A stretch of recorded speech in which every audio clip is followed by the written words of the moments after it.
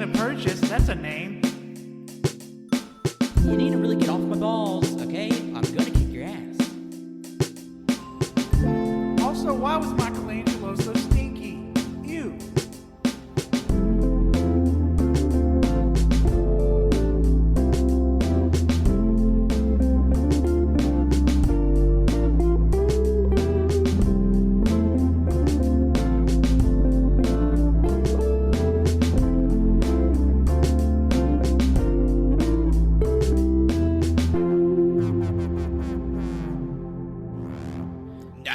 Hello, everyone, and welcome to the All You Can Hear podcast, episode 269. Nice. Nice. Everybody in the crowd say nice. Nice. Oh, damn. Do you hear them? Shit. Oh, Shit. my Quiet God. down. Quiet down. We have the light on that says to quiet down, and they're not having it. And it's not just nice because of the number. It's also special because this is our third 69. This is our third one in the numerical, okay? And we're talking about video games today. So Nice. that's the most perfect way you can have a 69. I mean, for real. Like, because that's so... Oh, my God, that's perfect. 369. Every day of the year, baby. And no, when we do 369, that's going to be even more insane. Oh, God. I'm kind of scared for that time frame. Yeah. Sorry if we sound a little out of it. It's because we are recording different. We are not in person. And it takes some time to warm up. And it's just me and Wenzel this time. And we don't have Pat, JoJo, or Cannon, or Justin to warm us up. Because Rein us in. I need to be microwaved before I can do a little work on a podcast. And I don't have any microwave. I'm just over here on an open flame. That is true. I usually have to be put outside for a little bit, but it's too fucking hot, so they kept me inside. Yeah, but what are we talking about today? It's a pretty big show. Well, today it is basically a roundup of gaming news. We're gonna be going through I know that sounds kind of intimidating. Saying like we're going to go through a roundup of everything gaming related this year, but we're mostly going to be focusing on the big news that's happened this month of June, and then we'll cover some stuff that's happened from the beginning of the year up until now. It's not nothing like it's very isolated.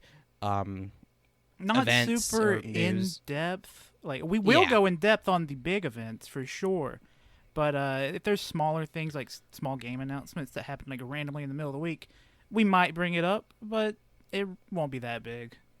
Yeah, because like sometimes there's stuff that comes out and we'll be like, oh shit, this seems cool, and we haven't really had a moment to talk about it because we've had other things to talk about, and so this is kind of where we're gonna put all that right now. So for this section, because we're having to record this in chunks, we're going to be talking about game releases this year. This is also something that like we won't spend too much time up on, but we'll be going through like I was kind of biased when I made this too. It's from like January to December of games interested in that have released or that are coming out. It's a way for us also to talk about any games that we've played, not too in depth either about that, because if it's something that we really love, we'll save it for the banter awards at the end of the year. And then the next section we're kind of going in like reverse order basically of showcases, so we'll talk about the Xbox and Bethesda showcase after the game releases that we'll talk about. So this is a little meaty. It's a very big boy, get your big adult pants on. Yeah, it's because like when we came up with this originally, or I shouldn't say when we came up with this, when we were talking like throughout the year, it's like, man, like game stuff, it's like we're very it's kind of barren, kind of dry right now. But then you know, we got summer game announcement, but then we heard E3 was canceled this year, so it was like, what is this gonna entail? But then we got announcements for company showcases. So it was like, holy shit, we're gonna probably get a lot, and we ended up getting quite a bit. Yeah, so it's still E3 technically, I guess. Technically, well, not technically. It's not branded E3. Oh yeah, well, not technically, yeah. But it's E3, but over a fucking month, and it's I'm spiritual. still tired of it. I'm still wishing we had the whole week of E3 where you just turn into a lump of gamer juice instead of having to be gamer juice all month. It's tiring. Yeah. It is, but it's kind of nice because then it gives you like, I don't know, it stretches out, I guess, your excitement or whatever over the course of the month. But it's hopefully, they said that they will be returning next year, so maybe that will maybe that will rein it in. But anyway, so yeah, we're gonna start from January. So January on the 19th, we had Yu-Gi-Oh! Master Duel that came on and everything. That is the like peak Yu-Gi-Oh! Game basically. Oh gosh, I think I played a little bit of it, or maybe Did you buy it, Colt? It's free. It's free to play. Oh yeah, but yeah, that's like I think it has like everything updated to like card wise and rule wise. So that came out early in the year. On the 20th, Paparazzi came out. That was a game that was shown last year at the Wholesome event where you're just taking pictures of dogs. I completely forgot about that game until I read this doc. Yeah, I wanted to make sure to update anything that we talked about or seen last year to see like where they're at this year, and Paparazzi was one of those. It came out on PC, Xbox One, and Xbox Series X and S. I really want to play it. And then on the 28th, Pokemon Legends Arceus came out for Switch. I haven't completed that, but it's fucking good. It's my favorite Pokemon game I've ever played. I played every single Pokemon game. I'll go super in depth at the end of the year stuff, but this Pokemon game, if you have been a tired fan, if you get tired of the old formula, which I'm not because I'm better than you. Just kidding. Try it out. It might rebirth your love for these little creatures. Yeah, I would agree because I mean Sword and Shield was a different experience because it was 3D on a different type of console, not like a handheld usually, but it still followed that same formula a little bit. But then with this, it changed up a little bit. It felt like your not first person, but I guess like more action oriented, I guess, Pokemon game where you're brutally throwing your balls at animals. There's even a heavy ball, and then there's a heavier ball that weighs about 2,000 pounds, and it crushes the Pokemon to death.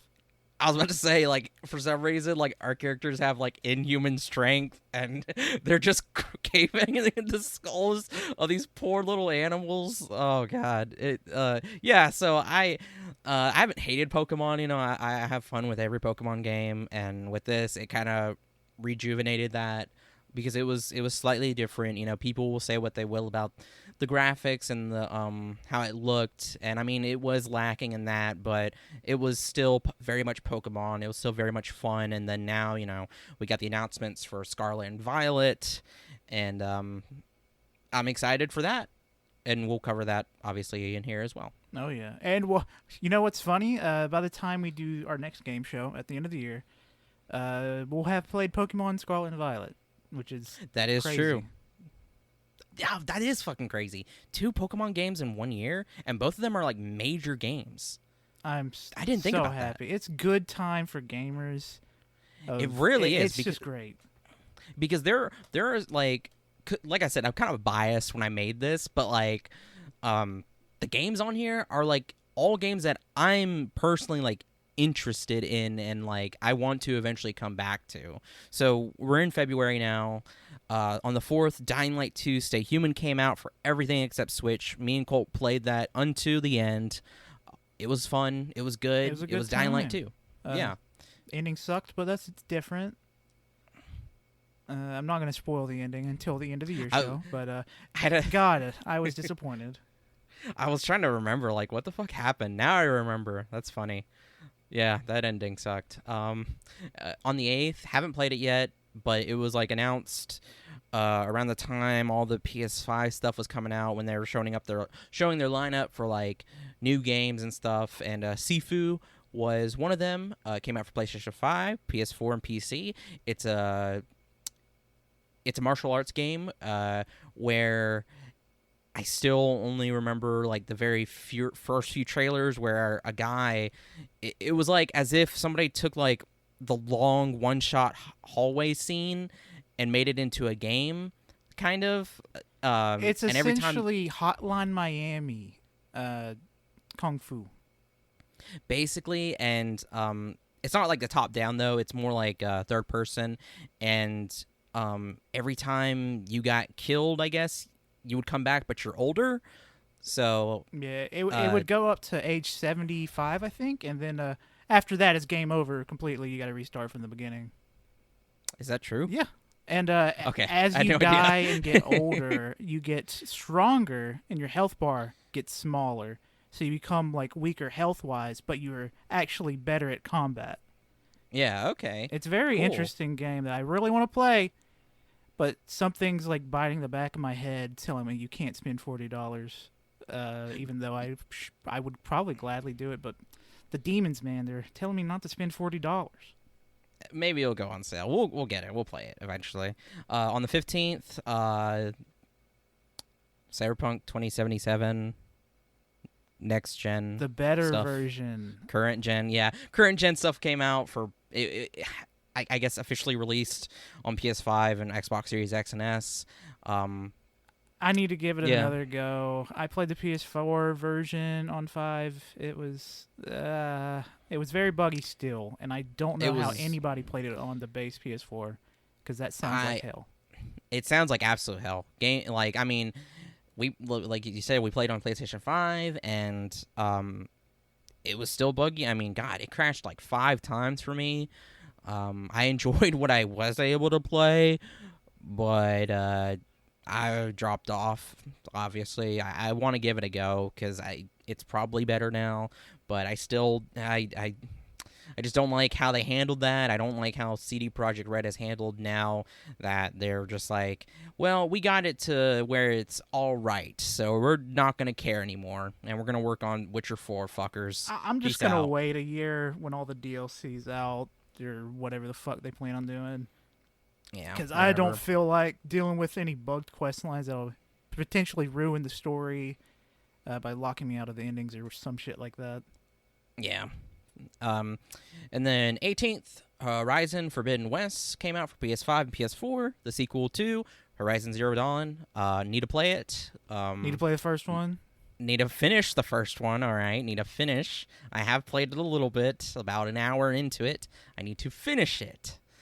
Because Jesus Christ, it was good, and this is already out, and I am thinking about time right now, and I don't want to think about time. There's a third game coming. Yeah. I don't like to think about time, okay? Jesus. I've played and beat both of these games, platinumed. And you platinumed it. They're fun as fuck. Like, the first game's really fun, open world, which can be a little tedious to some, but I enjoy some open worlds.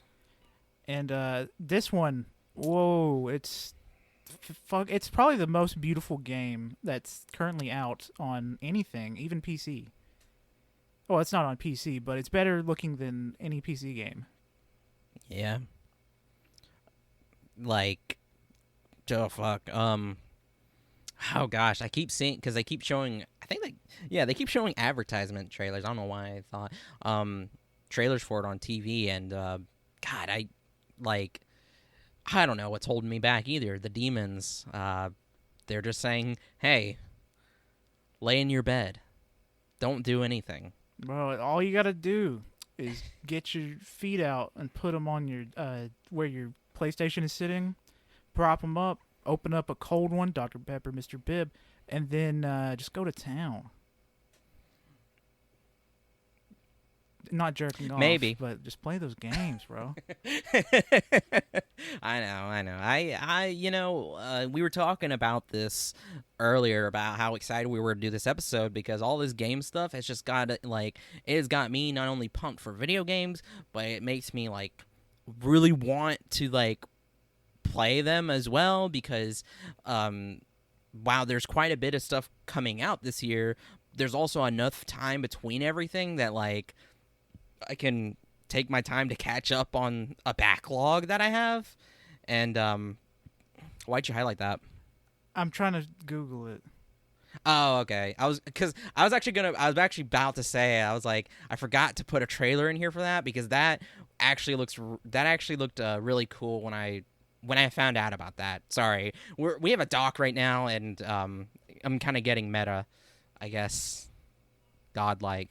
But yeah, I need to play my backlog. But on the 25th, a certain game came out, a certain game that might be game of the year for us. Oh yeah, and it took us several months to complete. It is God. Elden Ring.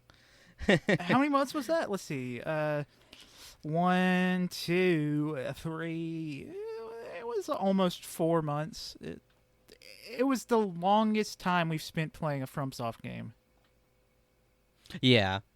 And that's just because of health stuff and yeah. My shit was fucked up for a solid month of that, and I couldn't play any games. All I would do is watch movies.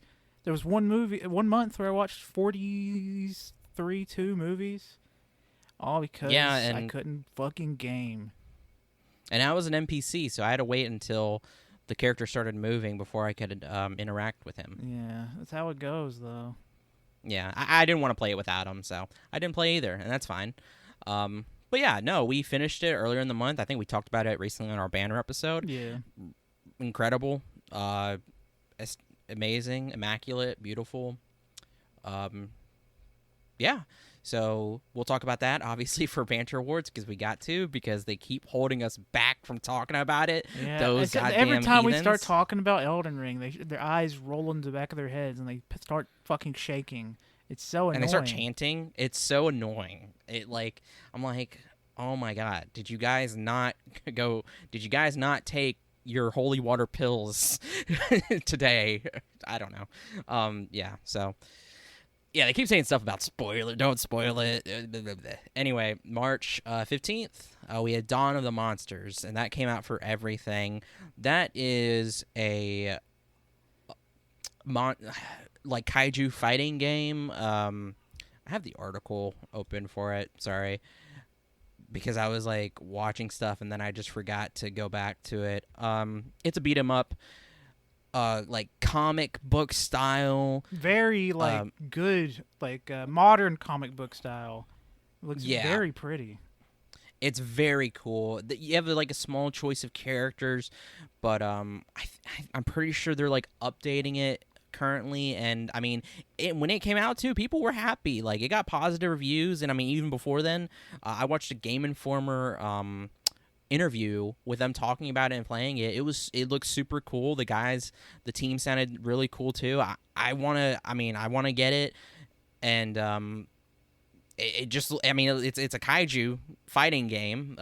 So I mean, I need to get Pat on this too, because he either probably knows about it, or if he doesn't, he's probably gonna bust a nut. Yeah. Yeah. Something else came out on the 15th. One of the biggest fucking game releases of all time. Grand Theft Auto 5 for PS5 and Xbox Series X and S. The Skyrim 2. It's Skyrim and fucking GTA 5. The stupid fucking duo. They're both great games. Don't get me wrong. I love the hell out of these games. Not enough to replay it 7 times. Well, I have replayed Skyrim probably 8 times, but GTA, I've only replayed it probably 5 times, and I'm not about to do it a 6th. You didn't sound sure when you said that. I'll probably do so around GTA 6 launch in 6 years. That probably. Yeah, I mean, I just put it on there for a bit because I'm like, fuck, how many times does this come out? Man, like you said, it's come out a lot. I need it to come out for flip phone, though. Oh, that's you'll get it for your little Sony PlayStation phone. Yeah, yeah, I'll whip that out. Got that back in 2012, 2013. Oh, the dark times of fucking middle school hell. Yep. Anyway, let's not think about that. On the 16th, Tunic came out for Xbox Series X and S and Xbox One and PC. That is a fun little indie game where you play as a little fox in a tunic. And yeah, that's it. No, that's not it. It's a little adventure game. It's oh gosh, why can't I remember what it looks like? Obviously, I prepared for this. It's like oh my god, Link's Awakening, the newest yes, remake that's what I was trying to Legend think Zelda. of. Yeah, that's what it looks like. It's very cute. Action adventure game. I mean, oh gosh, it was announced. I want to say, oh god. Oh, I want to say God. last year or I want to say last year's Xbox maybe, because they had a thing. yeah, I think it was because they had the 1 year exclusive stuff, and you know what? It hasn't even been a year, so I don't understand. Yeah, but anyway, it looks really good. I think Cody talked about it. I think Cody talked about it. Oh yeah, he'd and always loved talk it. about this damn little game, and I always say, "Shut up, shut up, shut up, shut up." But he just kept talking. Yeah, no, I want to get to it eventually because it actually came to PlayStation, or it's coming to PlayStation. Spoilers. We're gonna talk about the PlayStation show. Yeah. Anyway, sorry. 25th, Ghostwire Tokyo came out for PS5 and PC. Kirby and the Forgotten Land came out for Switch, and Tiny Tina's Wonderlands came out for everything except Switch. And out of all those games, I've only played one of them, but you've played all of them. I've played all of them. They're all good fun. Kirby and the Forgotten Land. It's probably the best Kirby game I've ever played, and I've played a good bit. I love those damn little dudes. Ghostwire Tokyo, it's surprisingly good. Whenever it came out, it got mid reviews, and I came in with low expectations, and I enjoy it a good bit. It is dated. It's got like I want to say early 2010s open world type feeling, but the yokai and the spirits and all of that it's enough to keep me interested. Oh, that's good. That's good. And we're recently, and because we finished finally Elden Ring, we're actually going through Tiny Tina's Wonderland right now, and it's Borderlands, and it's hell of a good time.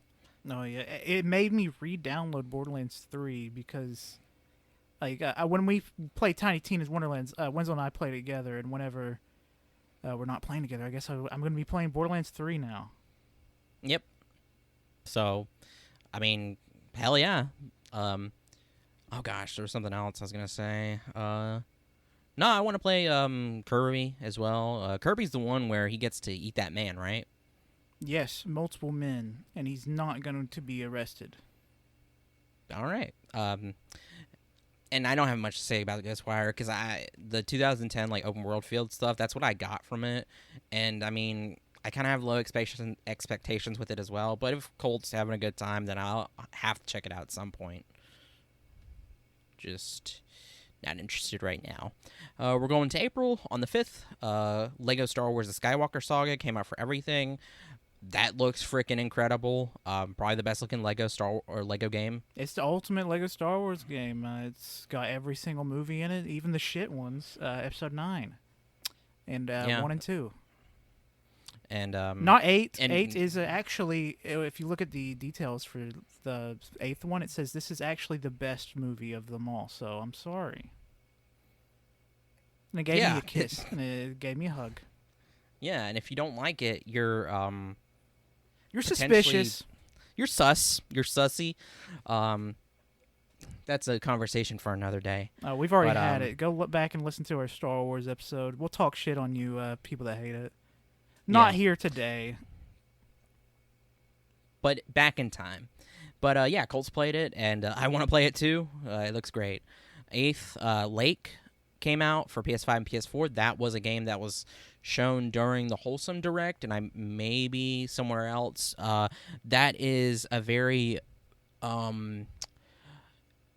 Oh man, it's like an atmospheric kind of narrative-driven game. It's not like it's nothing action or anything crazy. It's first gameplay we saw of it. I think it first starts off with a woman driving, and there's like a very scenic like countryside with like a lake, kind of like up there in the north, around the Great Lakes area. It kind of feels like, and a woman is delivering mail. That was a part of. That's like one of the big things I remember. That is delivering, being a post woman and delivering mail. Yeah, I bought this game day one. Haven't played it yet. I will get around to it. It's you used to play as a mail lady going around the lake and helping people with small things as well as delivering mail. Yes, like quests and stuff, like different tasks. Yeah, no, when Colt said he bought it, I was excited because I that's why it's on here, because I want to play it. 21st, on April 21st, we had Chernobylite, came out for PS5 and Xbox Series X. That was a game that was at one of the PC shows a while back. I'm not too sure how long ago. I think it originally came out for PS4 and Xbox One, and I mean, it's like it's kind of like a Stalker clone, obviously, because it takes place in Chernobyl. But it looks, it looked really cool at the time, and I still think it looks kind of like a fun time. So eventually, probably when it's on sale, I'll get it. But yeah. And then on the 28th, Bugsnax came out for Xbox Series X, Xbox One, and Switch. That was pretty big news because Bugsnax was only PlayStation exclusive for a little bit, and then it went to Xbox people, and that's pretty sick. I'm hoping that it performed well enough. I had a lot of people that enjoyed playing it to get a sequel, because I fucking loved Bugsnax 1. Yeah. Bugsnax 1, I'm already anticipating it. I already know there's a sequel. Bugsnax 2. Yeah. No, we definitely anticipate it. And then it was so funny, too, when Cody played it, and he just sends us these messages of, like, characters in the game, and we were just like, I was so fucking confused. He's like, well, it was crazy when Bunger talked to Bugabagba. Or when Chandlo tossed their house, like, what? Who are these people? But then I remembered, I was like, oh yeah, they had wild names. I love Bugsnax. I know me and Colt probably talked about it, but it's a perfect, wholesome game. It really is. It's amazing. And then in May, on the 5th, a game that was shown during the Devolver Direct was Trek to Yomi.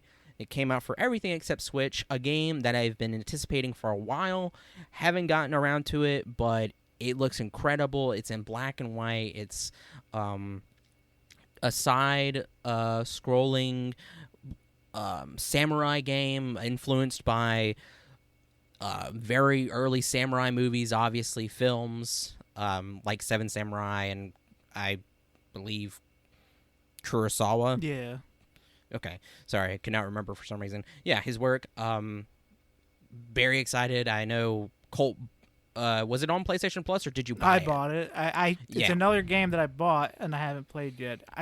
Elden Ring's taken up a lot of time, and I've just been playing basketball, I guess. That is not true. You've not been playing basketball. I just love playing basketball. I've been playing with LeBron James. You know, it's so funny because there's like 3 basketball nets up over in Colt's neighborhood. And I'm just like, damn, when are we gonna go play some b-ball with the neighborhood kids? Jesus Christ, they're little kids. We would destroy these kids. They would suck so much. You say that, but like, I've been going to your house for like years now. I'm pretty sure these kids are like in high school or they're about to graduate. No, every few months they cycle in new kids so they stay young and good at basketball. You know what?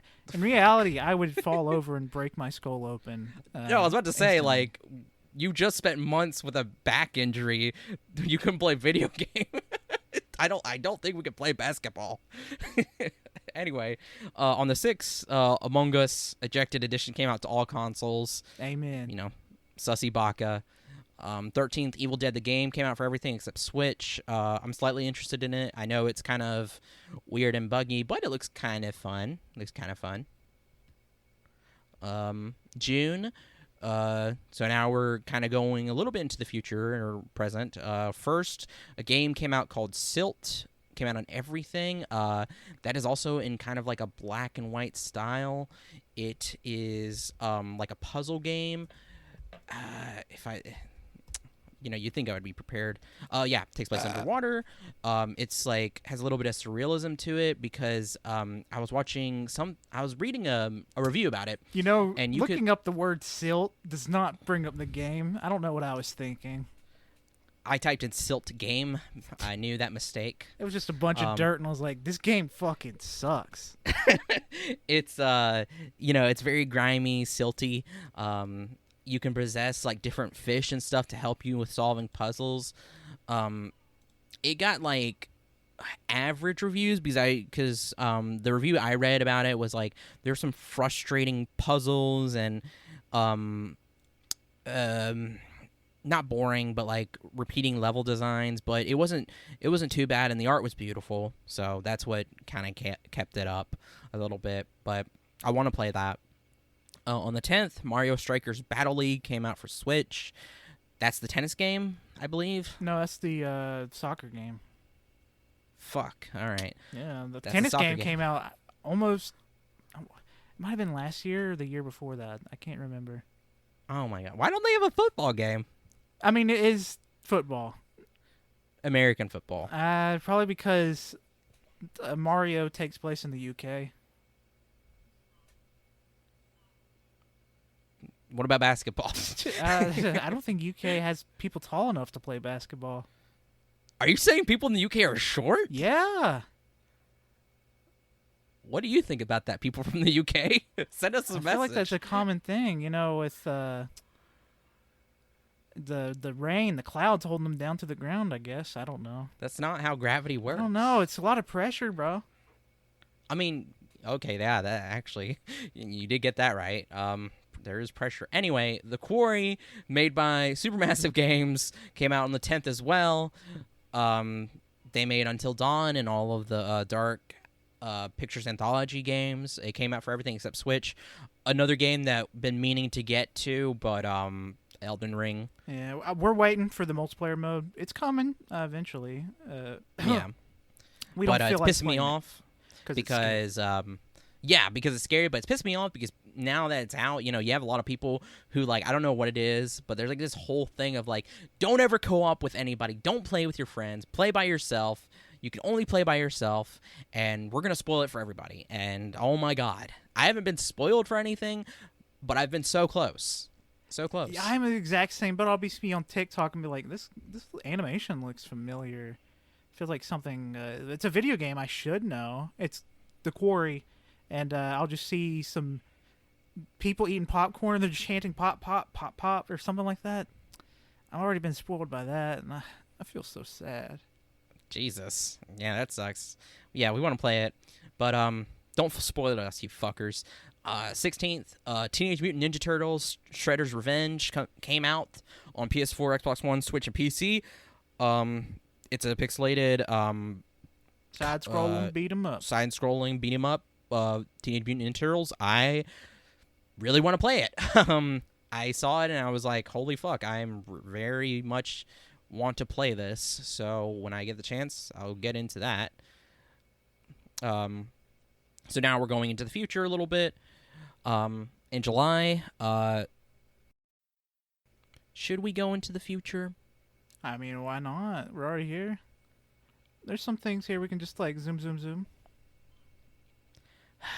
The future's well, scary. hold on. This future contains stuff from other stuff that we're going to be talking about later, so no.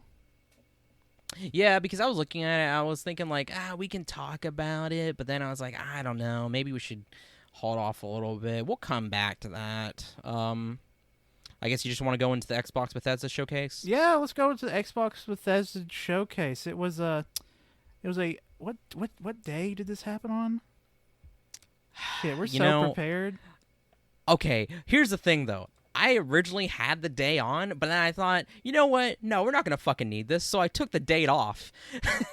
So now it doesn't say it. And I really wish you hadn't said anything. It took place on June 12th, 2022. I think it was a Sunday afternoon.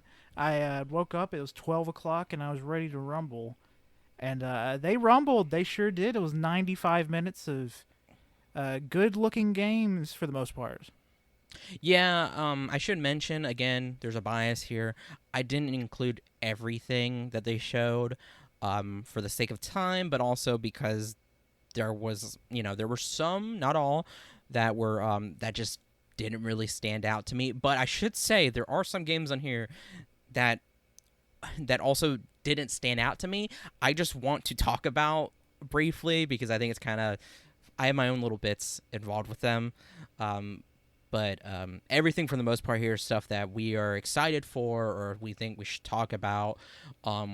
This showcase, like Colt said, it was 95 minutes, and they even stated that there was an emphasis more on gameplay rather than cinematics. I think that was very cool, but obviously that's never really necessary. But I think it was a much needed update on stuff, and I Thank think God especially they showed now, gameplay with fucking one of these games that we're about to talk about, because the yeah. last time they showed it, they just showed a CG trailer. Looked decent because it's fucking CG. No gameplay. Didn't have any clue what it would play like. Yeah, yeah, and um, oh gosh, what was I gonna say? Sorry. Yeah, no, it was. I mean, it's not necessity, but I think for everything that's been going on, I think people want more gameplay than cinematics, obviously. So I think it was a good decision. But anyway, so this game that we're first game literally shown off was Arcane's Redfall. This game was shown. It was announced back in E3 2021. This was shown with just a CG trailer, like Colt said. I mean, it didn't really interest us because, I mean, it was 4 characters. There was a robot and there was a dead vampire that we later find out was a vampire. We didn't know that because there was I think a little tidbit of gameplay at the very end of the trailer, but it was seconds long, so there was really nothing. So didn't really care too much other than that it was Arcane. Arcane was the one who was handling it, so it was okay. But with this, they go right into full gameplay reveal. It's 4-player co-op, first person. Or single player. Or single player, yeah. You can absolutely play it by yourself. That's fine. It has their usual Arcane type of aesthetic and art style. We get more of the story. This is going to be an isolated island in Redfall, Massachusetts, and you're having to kill fucking vampires. But there's possibly more because there's a moment where they go into an alternate dimension. It looked really cool. One of the characters have magical powers. And yeah, I mean, it looked like a fun time. It's an Arcane game. They made Prey, Deathloop, Dishonored, so I'm more excited for this. Yeah, the shooting, if I could compare it to one of their past games, it feels more, weirdly enough, I feel like it feels more like Prey. It could be because everything feels more modern in the world, unlike Deathloop was all 60s, 70s type stuff. It feels like a perfect mixture of Prey and Deathloop. And Deathloop's gunplay, that shit was banging. It was. I mean, all of these games that they've done have gunplay. I forget that Dishonored had guns for some reason. I think because I mostly stealth killed people with your blade, whatever. But yeah, each character has their own kind of loadouts, special abilities or specialties, because specifically one of the characters specifically has magical powers. And that's also part of the story of figuring out why. There's even a cryptozoologist who I think is really interesting because if it just made me think of okay, so if they're mentioning cryptids and they're saying these vampires are cryptids and stuff, it'd be kind of cool if they did a whole series DLC or something of them fighting cryptids throughout the U.S. I think that would be super sick.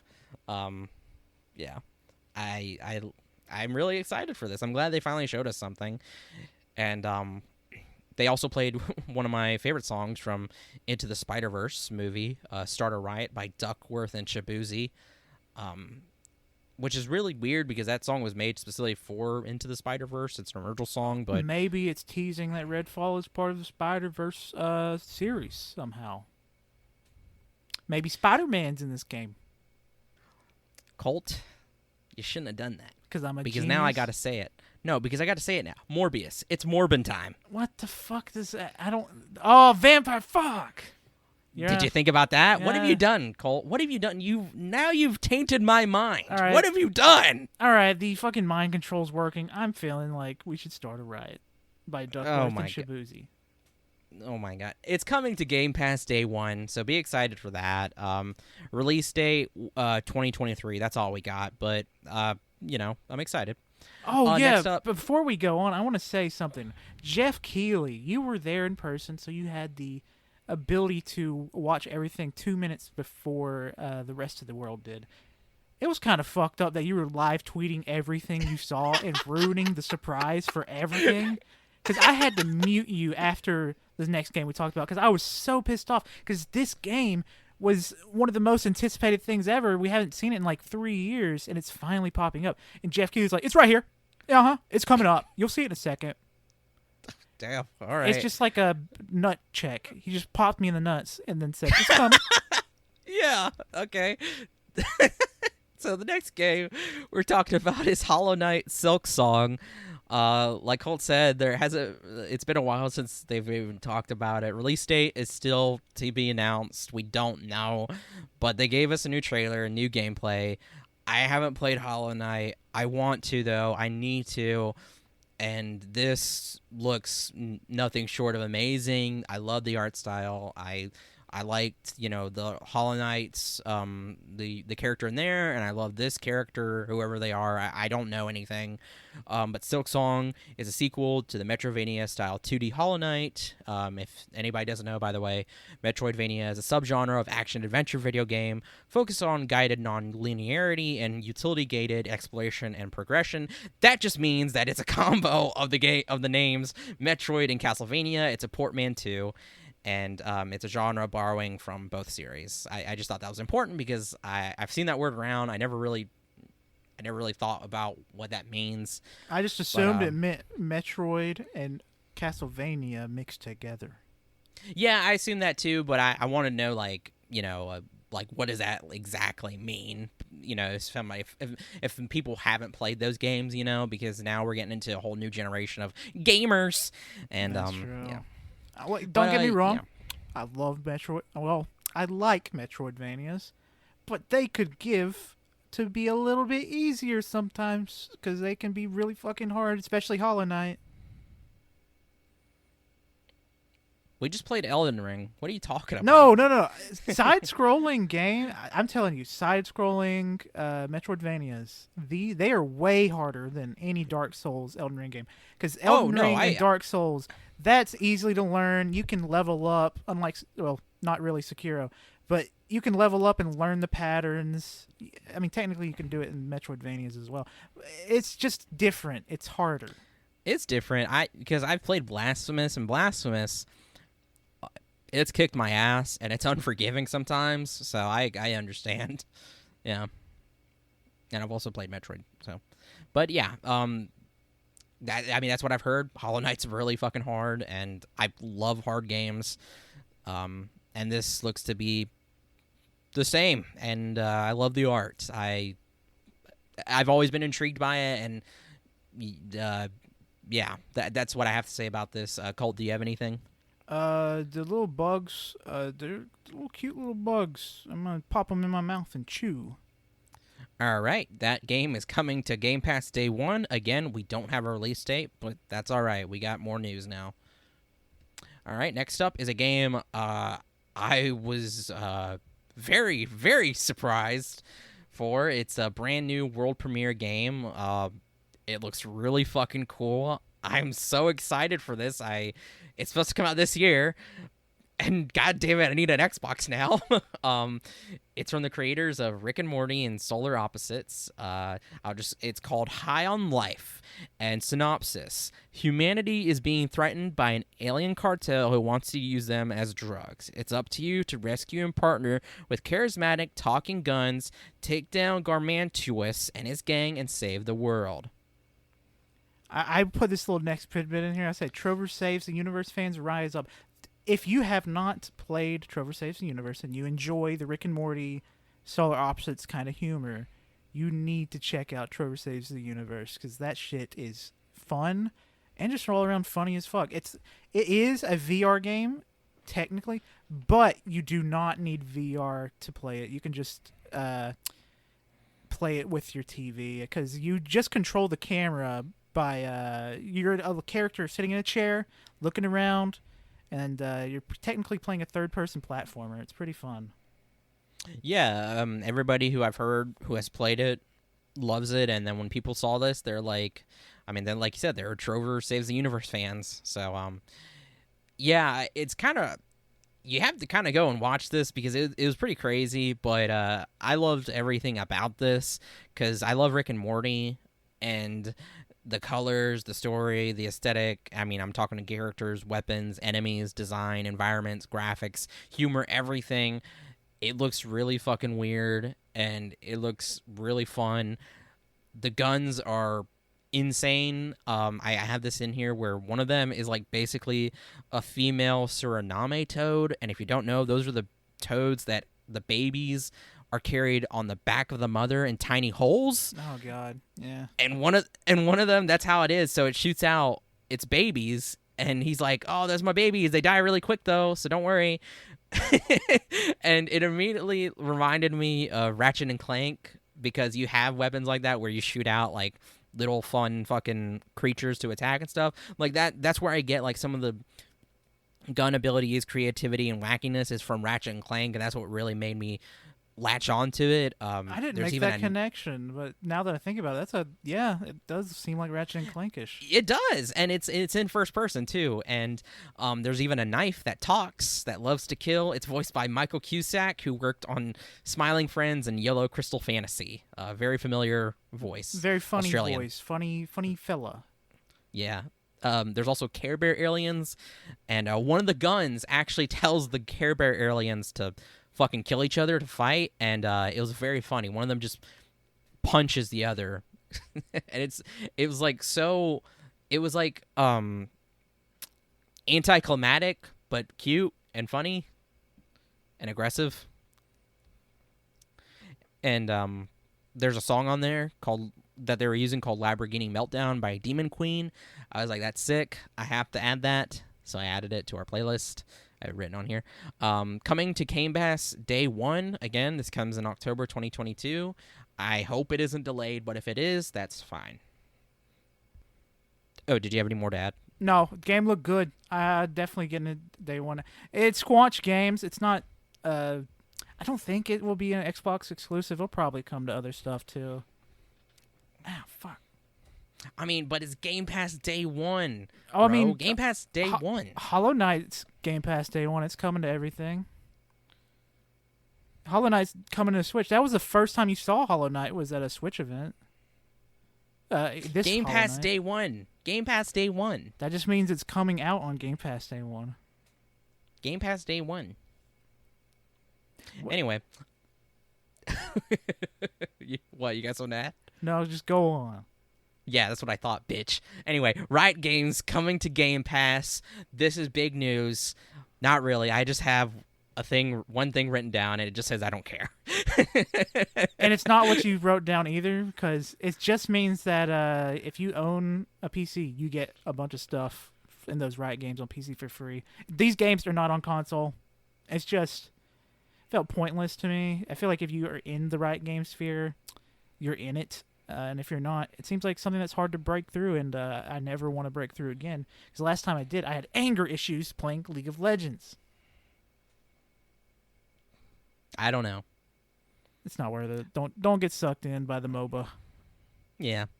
Next up is Plague Tale Requiem, release date to be announced, 2022. I've never played the first one, but last time we saw this game was at E3 2021, and we had gotten a really cool cinematic trailer. Yeah, it takes place during the 100 Years' War. You have supernatural elements. It's stealth action, and watching this, I was like, damn, that's brutal. And we actually just got the release date yesterday. It's as of recording, it comes out on October 18th, 2022. All right, well, I gotta update that. Cool. October 18th. Wow. Sick. It's coming to Game Pass day one. I've never played the first game, but I know Colt played it, and then when he talked about it, immediately I got interested in it. So yeah, I just beat it, and it's a fun time if you like a third-person linear story where you fight rats. It's pretty fun. And in this, it looks like you, because I say brutal because there's some brutal shit in there. I mean, you literally have the rats eat somebody, so that was pretty crazy. Yeah, and it was said to be a hidden gem in 2019. So, I mean, yeah, I gotta go. It's another game that the first game, I should say, is on backlog. Let's see. Forza Motorsport is the next game. It release date spring 2023. I only put Cars Go Burr. I forgot about this. I mean, it's just a bunch of cars. It comes to Game Pass day one. It's Forza, but it's Forza. You are on a track now, specific tracks, and it's not open world. It's not for me, but if you like those kinds of games, here it is. It's the best racing you can experience. But it's not open world. Yeah. And next up is Microsoft Flight 40th anniversary, November 2022. That's it. It was just to kind of talk about that. And Halo's Pelican is a flyable vehicle. It's a free add-on available. It was available that day. Oh, June 11th. It's on Game Pass as well. So go check that out. That was the only thing I cared about the Microsoft Flight Simulator. I care about that game so little. It's crazy. Yeah. Then next up is Overwatch 2. Release date October 4th, 2022. PvP will be free to play. They had announced a new hero, Junker Queen, cinematic trailer. And, I mean, it's Overwatch. It's just Overwatch. I know it's called Overwatch 2, but there's really not much difference. And Overwatch is a good game. It has a good formula, but I feel like they mixed it up a little bit too much later in the game's lifespan. I think the best Overwatch experience for me was the first year of release, whenever you could play any character, any amount of character on each team. I thought that was the funnest shit imaginable because you could have 5 Torbjorns just building a turret, or 5 Bastions, 5 I forgot whatever. about that. But then they made it to where you can only have 1 of each hero on every team. Or I think it was 2, maybe. I can't remember. It's been too long. It was. I think it was 2. I believe, but I mean, they still. Sorry, burps. They still restricted you. Yeah, and then all the stuff that's happening at Activision Blizzard, it does not exactly make me say, I'm ready to play this game. Yeah, I mean, it's Overwatch. I've always liked, I've always loved Overwatch, and then when Overwatch 2 was announced, it was like, oh shit, but what could they do different? I mean, really, it's only Overwatch 2 because of story stuff, in my opinion, but they don't have a story mode, but then shit with Activision's happened, and it's just like, I don't really... I'll check it out eventually. If there's a lot of people saying it's good and fun, I'll probably check it out. But I'm not going to be a day one person. Yeah. But next up, this is a game I don't care about. I had a bit and I didn't write it down. I don't know. Ara History Untold. It was a cinematic trailer. Oh, my bit was, oh shit, they showed us a cinematic trailer, no gameplay. Phil Spencer, you lied to us, you fucker. Bastard. Yeah, that was one thing I was about to say. It's just a cinematic trailer. I don't care. If It's plays like like Civilization, I love Civilization, but you didn't show shit for gameplay. It was just a trailer, a CG trailer. yeah, that's it. So that's coming to PC Game Pass day one. So I mean, if you're excited for that, go look at it. I don't have anything else to tell you. Next up is super excited for this. Obviously, Elder Scrolls Online High Isle. June 21st, 2022. It's currently out right now. Never explored land in Elder Scrolls. Never before explored land in all of Elder Scrolls. Yeah, that's right. In all of the Elder Scrolls. Yeah, I'm doing a joke, obviously, but like I think it is interesting that this is like a completely new place. But like to be fair, it's just from they said it's just a bunch of Britons, and it's just a bunch of what highfalutin fuckers. Like okay, whatever. Yeah, I don't know. I wonder what this will bode for Elder Scrolls 6, though. Yeah, I maybe it's a place that you can visit. Because I know you in past games, and I think Skyrim you could go back to Morrowind, but it was like for one mission and for probably like 5 minutes. But it was still a neat little throwback. Yeah. So, curious to see what that is. Next up is an actual DLC I am excited for. Yeah, I'm actually pretty excited for this. Fallout 76 The Pit. This comes out in September 2022. That's all we know. You're going back to the Pit, which is Pittsburgh, and from Fallout 3 DLC. Me and Colt played a lot about Fallout 76 in early 2021, and we've been meaning to dive back in because they've been updating it. They've been doing really well with it, and it's really good.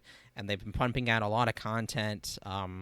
They had a roadmap for this year, and really want to get back into it. Yeah, we're definitely going to be jumping back into that sometime this year because we gotta catch up to be ready for this DLC. We're gonna catch up. They even played a song "Downtown" by Petula Clark, and as soon as they played it, I was like, "Damn." Because it's a good song, and it's just, I just remember I remember going to elementary school, and my dad, like, as soon as he figured out that he could play his own music not elementary school, maybe middle school or high school or something, when he figured out that he could do that, this is one of the songs he played all the fucking time. Loves this song, so, and I mean, I like it too. It's a good song. It's coming to Game Pass, so. Yeah, free update too. I think. I don't think it's a paid DLC either, and it's gonna be huge. Yeah, it's a free update. Yes, absolutely. Next up is Forza Horizon 5 Hot Wheels collab. This is gonna release on July 19th. Another reason why I need to get an Xbox because this looks really cool. It's Hot Wheels cars and Hot Wheels inspired tracks and maps. This is why I almost bought an Xbox One, probably like 2017, 2018, is because I saw Forza Horizon 4's Hot Wheel DLC and was like, damn, that's so cool. And I didn't. And now that it's finally here, I'm not going to miss out. I will get to drive the little toy cars as big cars. It's so cool. And the game is so pretty already. So it's a really cool collab. I'm actually really excited. It's another nail in the coffin that reminds me that I need to buy an Xbox. Oh gosh, what time are we at? Hold on. We're at 57 minutes. Okay. We can cover the next thing. Yeah. Next thing, this is such an important announcement. So big. We got to talk about it. That's why I put it in here. This is coming out 2023. It has one of the biggest stars in the fucking world. That's right. Ken Sayer, Ken player, Vin Diesel from Fast and Furious is in Arc 2. They just gave us a cinematic trailer. That's it. Yeah, no gameplay again. Microsoft, what's up? What's going on, huh? You kind of had something going on, but fuck you, I guess. I can't remember if he said anything. I think he just kind of... No, he said some stuff, but he said, like, race cars, and he got on the It sounded like he just grunted. It was really nothing. Yeah. And on the doc here, we said... Wenzel wrote Vin Diesel, and then I wrote Vin Diesel. And that's it. That's all we have for Arc 2, because I didn't play the first one, because it's not something I'm interested in. Yeah, I'm not interested in. And I mean, when I saw it, I mean, the only really thing you take away from it is Vin Diesel. Yeah, that's it. Yeah. I mean, really, like, he's riding a fucking dinosaur, and the dinosaur eats another dinosaur, and it's just that. It's a cinematic trailer. There's no gameplay. There's nothing else to talk about other than that. So, yeah. Anyway, we're going to go ahead and take a break here. We'll be right back in 5 seconds. Bye-bye!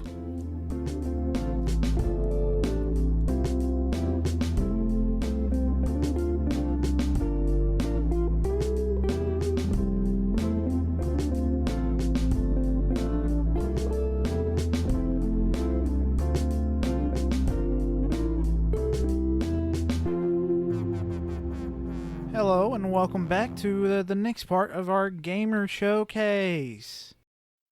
No cheers? Well, fuck you too. Look, right. To be fair, everybody just got the same news that we did. Look, the world is getting fucking crazy, and it just got... Tobuscus met Kyle Rittenhouse. I'm sorry. What the fuck? Like, no, like, okay, today has been an insane... The day that we're recording this is insane, and it's like... not a great day. It's I'll not a say good that. day. And then, I don't know why, but this is like the cherry on the shit pile. Like, Tobuscus, Toby Turner, What met the fuck? Kyle Rittenhouse. There's a video. Uploaded a video. This is insane. What is You're happening? telling me Nugget and a Biscuit met the murderer? What? What's going on? To be fair, he's been a piece of shit ever since the other news came out about him. It's not necessarily surprising, but it is surprising in a weird way that I felt like these two worlds wouldn't ever collide. Wouldn't have ever crossed. But, you know, it's kind of funny because the fucker, Kyle Rittenhouse, did announce his game recently about shooting... Fuck, I guess we're in the game corner. Talk about it. Yeah, well, that's the thing. Is like, okay, Tobuscus, well, you know, was a streamer, gamer guy, Let's Player, and I mean, Kyle Rittenhouse announced in the game, so it's like the two worlds are crossing. Like, both are pieces of shit. So, if Tobuscus does a Let's Play of that piece of shit game, I will know officially that we're going down the wrong path and that everyone's gonna burn in hell. Like, oh man, okay, let's I'll get do back the fun topics, the better topics, I should say. let's get back to video games. So we just got done talking about Vin Diesel. You know, I should say, because right now we're not talking, I should say Pat and JoJo, whoever's editing, I think it's Pat. If you listen to this and you're laughing, probably, do what you will. You're God right now. Want. Do what you want. Leave it in. Take it out. Anyway, so we just got done talking about Vin Diesel. Next game on our list is finally Scorn. Scorn. I've been waiting for anything for so long because, you know, originally, you know, we got to talk about it again. Originally, when it was announced in 2014, it was, you know, it looked cool. It had that cool H.R. Geiger style. It was disgusting, and it, you know, that's good and all, but it was just really slow gameplay. Really, just, I don't know, not just enough to like not really keep my attention. Bored me. I mean, it made me dizzy. It was just not. It was slow. That's the takeaway. It was so slow. And I don't know if that was deliberate or if that was just the person playing. We don't know. But it's different now. It's gotten full backing from Microsoft because it was originally announced, was it last year? No, it's 2020. Old. No, I think it's like 2018.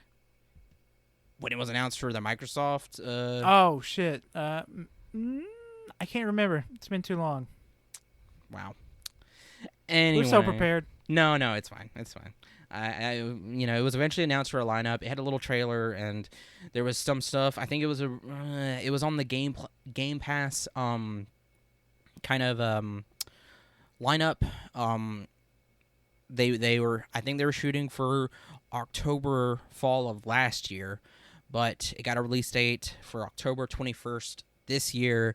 Please, God, let that stick. Let it finally go gold, because I mean, they've taken their time with it. I mean, it looks, I think it'll be a polished game. I think this I think it will be good. I really have high hopes for it, and I hope it's ready. I mean, even if it's not got a good story, I'm hoping the gameplay is good enough to make me want to play as a freak. Just making sure I have my little flesh bullets shooting out my flesh gun. I mean, I think it will have a good story because, I mean, it's like, I know that's kind of weird to say because we don't know, but like, it's just so like, I feel like there's going to be, I mean, it'll have to be narrative driven, obviously, but I think there will be like some stuff there, like environmental storytelling and, you know, stuff like that. I think it will just be really fucking weird. Like you said, it's disgusting, and I'm really excited for that. Yeah, man, I'm so happy. I'm so happy we got confirmation. Another reason, you know, if it comes to Xbox first, which it will, because fucking, it was, you know, Microsoft took it up to fund it. Yeah, because they got their deal. So it will be coming to Game Pass day one, and there's even a gameplay narrated. I could not remember. Narrated by Doug Bradley from Hellraiser. He played Pinhead in Hellraiser. Ah. Yeah, so he narrates. It's pretty cool. Give it a little watch if you get the chance. And yeah, I'm so excited. It looks incredible.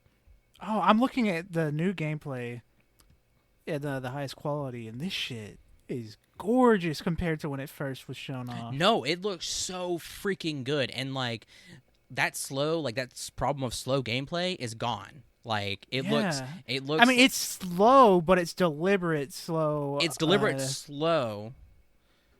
Oh fuck, that's disgusting. It's so it's so disgusting. It looks so cool though, and like it's stressful. I think it's going to be very stressful, and you know, horror obviously. Yeah, it looks crazy. Sorry. Count me in, Buckaroo. But me talking to the Xbox. Yeah, please God, I need to get an Xbox. Anyway, next game is Flintlock: The Siege of Dawn. This one is release date. It says early 2023. Apparently, this game was actually announced 2 months ago. From the PlayStation side of YouTube or whatever. It was on It was on the official PlayStation account, and I completely missed it. But it looks really cool. We got actual gameplay. Combat looks brutal. It's third person, and there's you have a little fox creature that helps you do stuff, like magical powers, helps you fight. I mean, it looks really cool. When I was looking at, because I had to go back and watch through because I missed most of this. I only saw the end of the show.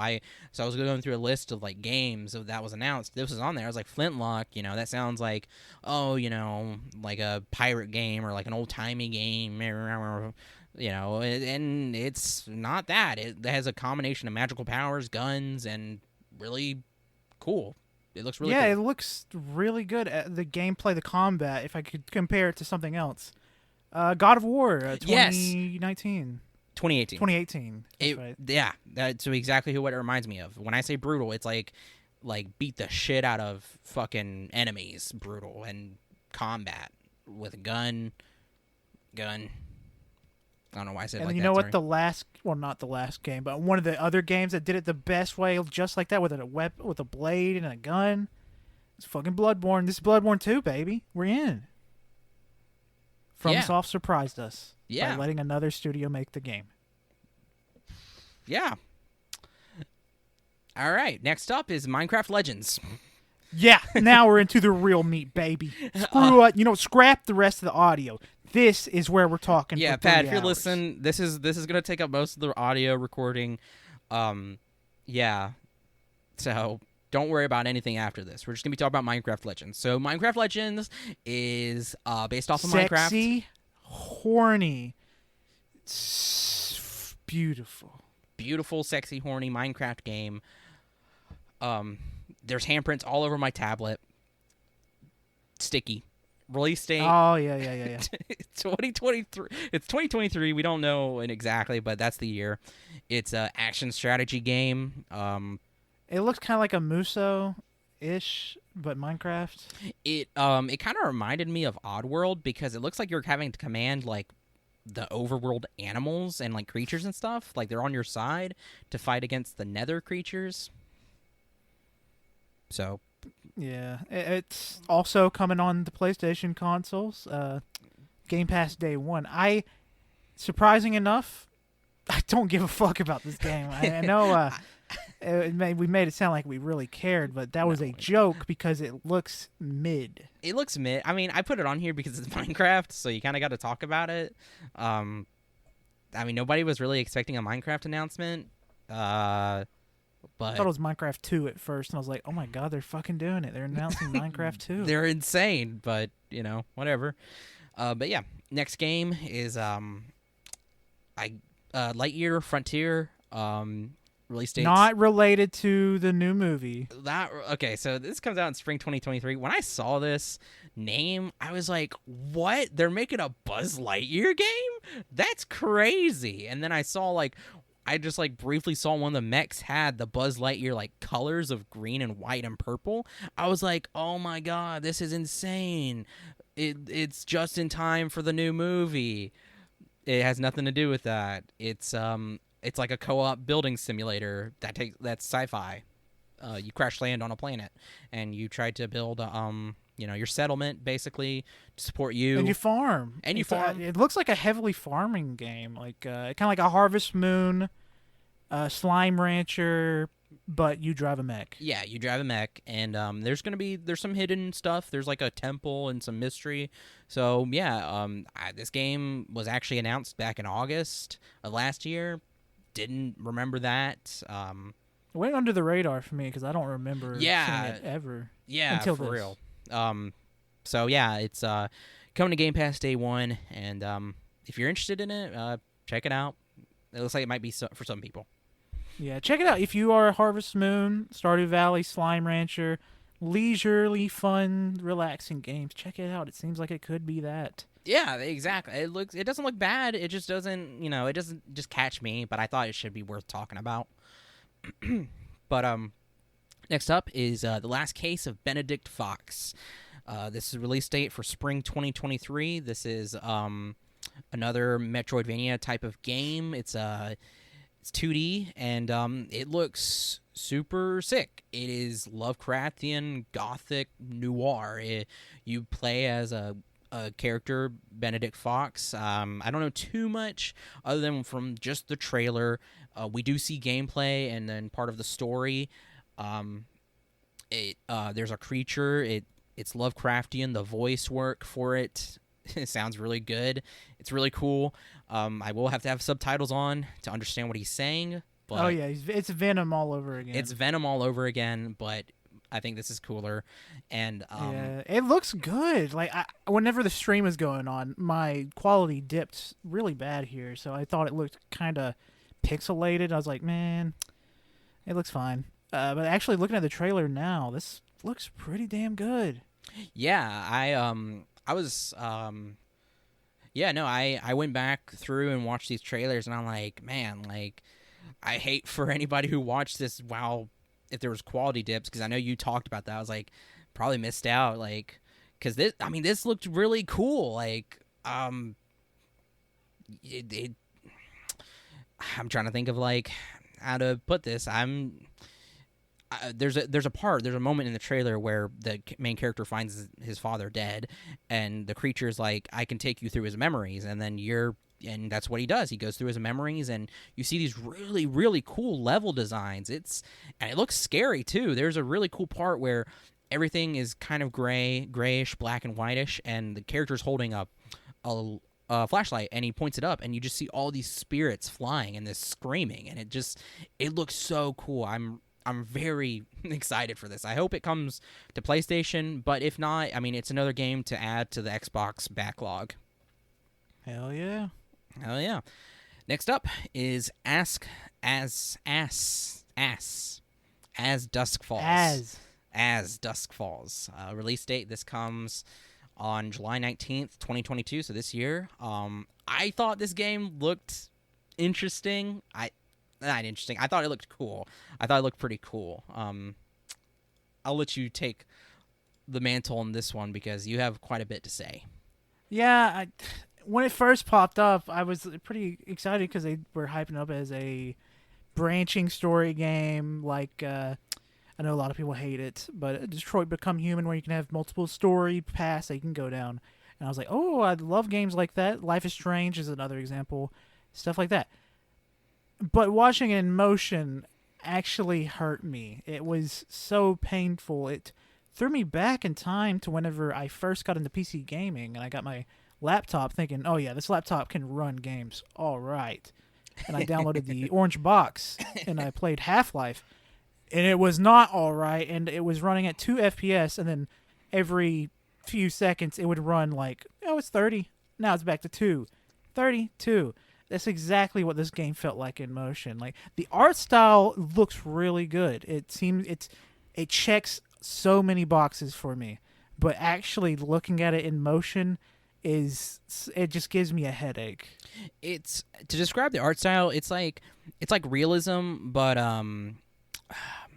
with like some kind of like edges to it, like kind of like cubic a little bit, but it's still very much like painterly, like realism type of comic book feel to it. And the spokes person who came up said that it was like a visual novel kind of, but you can play it. It's a visual novel, but it has motion stuff in it. That's the thing about visual novels. I enjoy visual novels, but I prefer it when they stick to one kind of art style, because having like what they do here is they have a scene where a truck's doing a peel out and it's in full 60 FPS motion.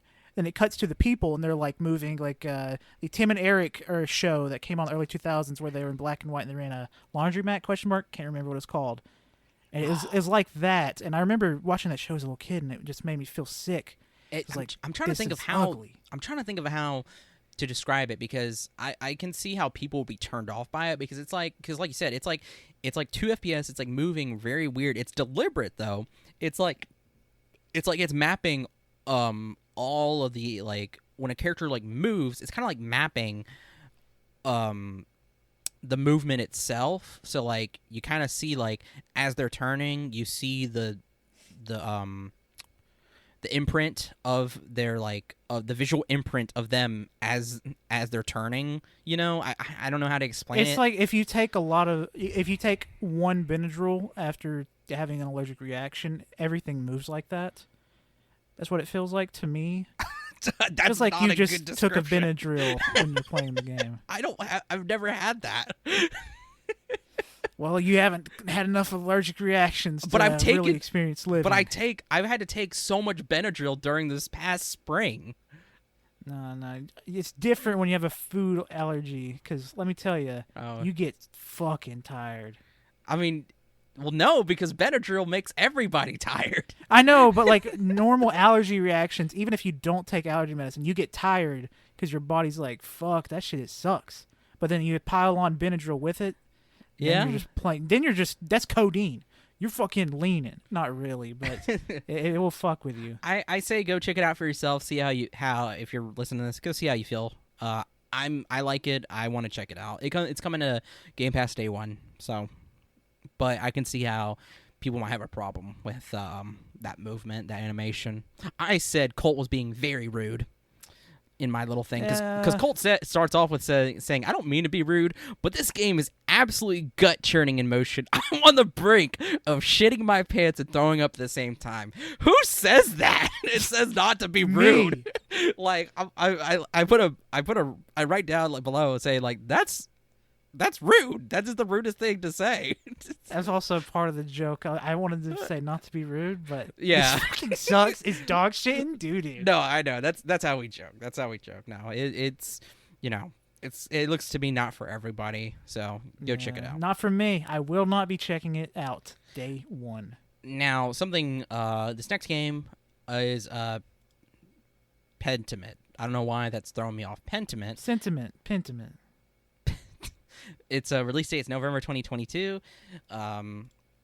Made by Obsidian, and Obsidian from games such as Fallout New Vegas and Ah, shit. Outer Worlds? Outer Worlds, yeah. Yes.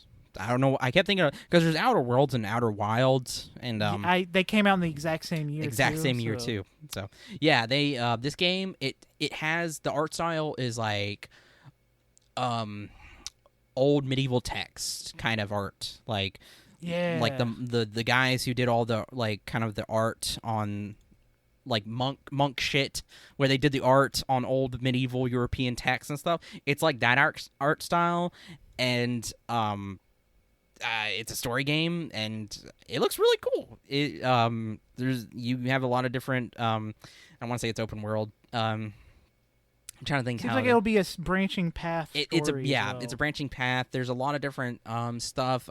Because you're. I think you're possibly a monk. I don't. Oh my gosh. Because like the cover. Well, this is set in 16th century Bavaria. Narrative journey through the eyes of it. It's in the little blurb. Yeah.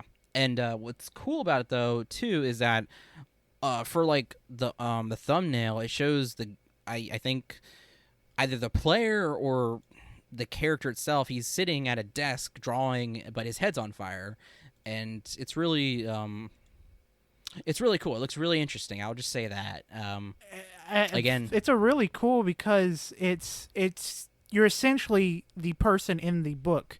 You are an artist that's traveling, and I guess you're drawing your journey.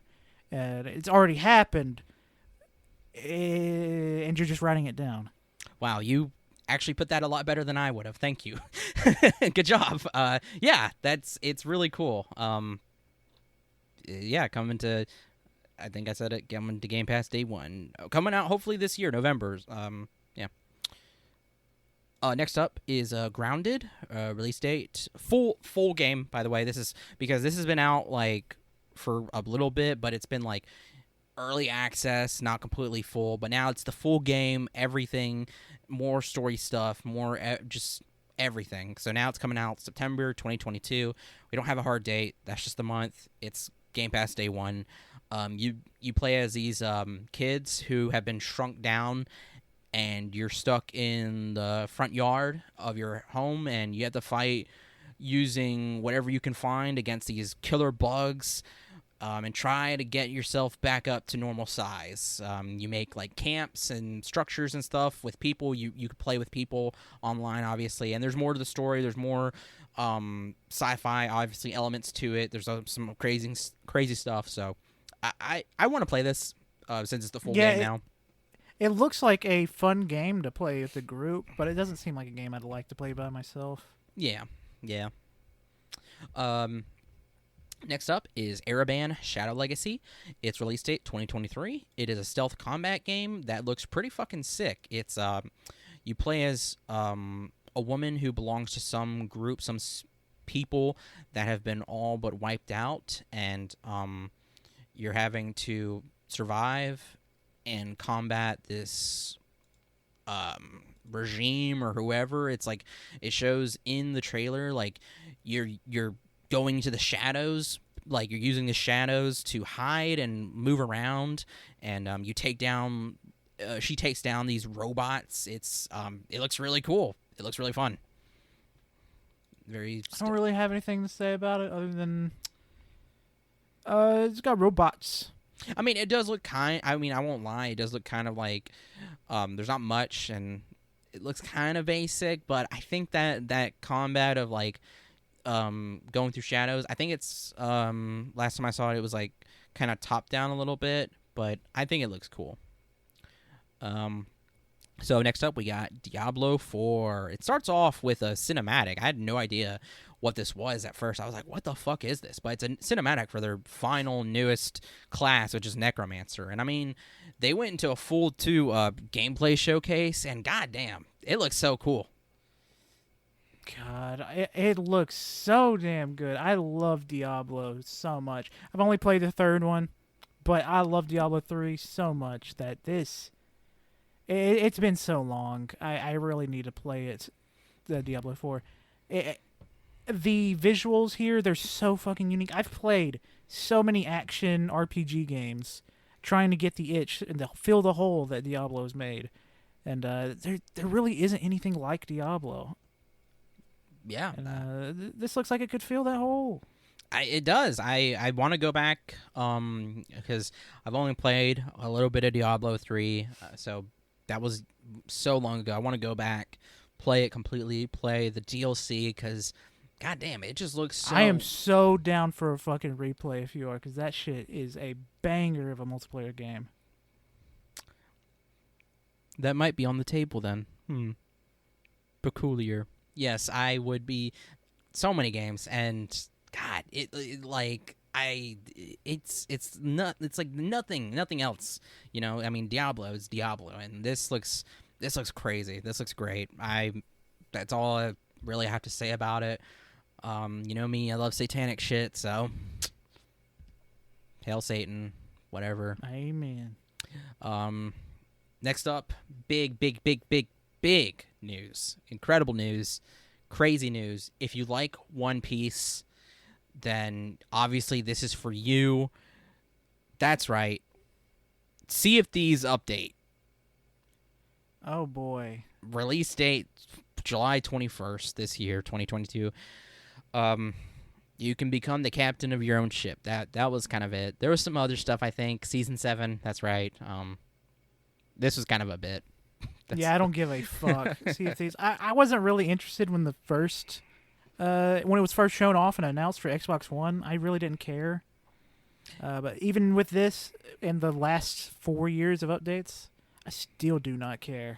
Yeah, I think if Tanner was here, he would probably have a case for it, because I know whenever it was announced, Tanner was like super fucking hyped for it. I thought it looked all right, and then I was like, and then after it came out, I was just like, oh, whatever. I don't care anymore. And everyone that played it would talk shit on it, but they'd still play it for some reason. And I'm not really into games like that, because that shit that's abuse, and I will not be part of it. Damn. Yeah. Anyway, now to a game that we do care about is Ravenlock. Release date to be announced, 2023. This game looks super fucking cool. It feels like because there's a monster, a boss that's like a weird cubic pixelated creature queen worm thing, and Colt right here talks about the art direction. It's like a mix. It's so awesome. Yeah, the art style is a mix of like voxel and normal 3D with normal polygons. It's really unique and nice looking. I love the voxel art style. I remember, oh good God, I want to say 2014, there was a game called Cube World that was making the rounds, and that's what this threw me back in time. And I was like, ooh, Cube World. How's that game doing? Not so great, but it was nice to be thrown back for a little bit. Thrown back in time for a little bit. Yeah, and I don't know about that, but this is really cool. It's fantasy, fairy tale, kind of. It says reimagining of a troubled kingdom, action, and yeah, just add me on board. Another game I'm all for. Coming to Game Pass day one. So yeah, go check that out. And Ravenlock is. By the way, if you want to look it up yourself, it's Ravenlock. So, next up is Cocoon. Cocoon comes out to be announced 2023. It looks to be a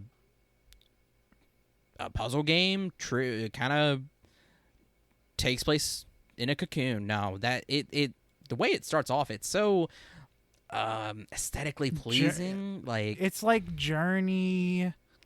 Oh, fuck. There's another game that's like Journey that reminds me of. I'm blanking. Anyways, it's a Journey-ish game, but with more puzzles. Yeah. You kind of have to watch it for yourself, because, like, there's a part in there where you're trying to solve puzzles, and it involves, like, a ball, which I assume is kind of like a cocoon. And, but then, like, it goes out of that ball into another ball, and then to another ball, and it's like, it's very trippy. That's what I want to say. It has a nice little soundtrack to it. It looks really cool. Again, another game to sign me up for. Another little, not AAA, but yeah. Coming. Did I say that? I cannot remember if I could say coming to Game Pass day one. It's coming to Game Pass day one. Said it there. twice. Spoiler alert, every single game we are talking about for Xbox is coming to Game Pass day one. Well, you just took away one of my functions. Thank you, Colt. Damn. Yeah. Yeah, so... Yeah, there's one game on here that's definitely coming to Game Pass day one. Next up is, we're excited for Wolong. I should say, or not Wolong. God damn it, Cocoon. Cocoon looks really fucking cool. I'm sorry. Cocoon looks really cool. We're excited for that. I'm sorry.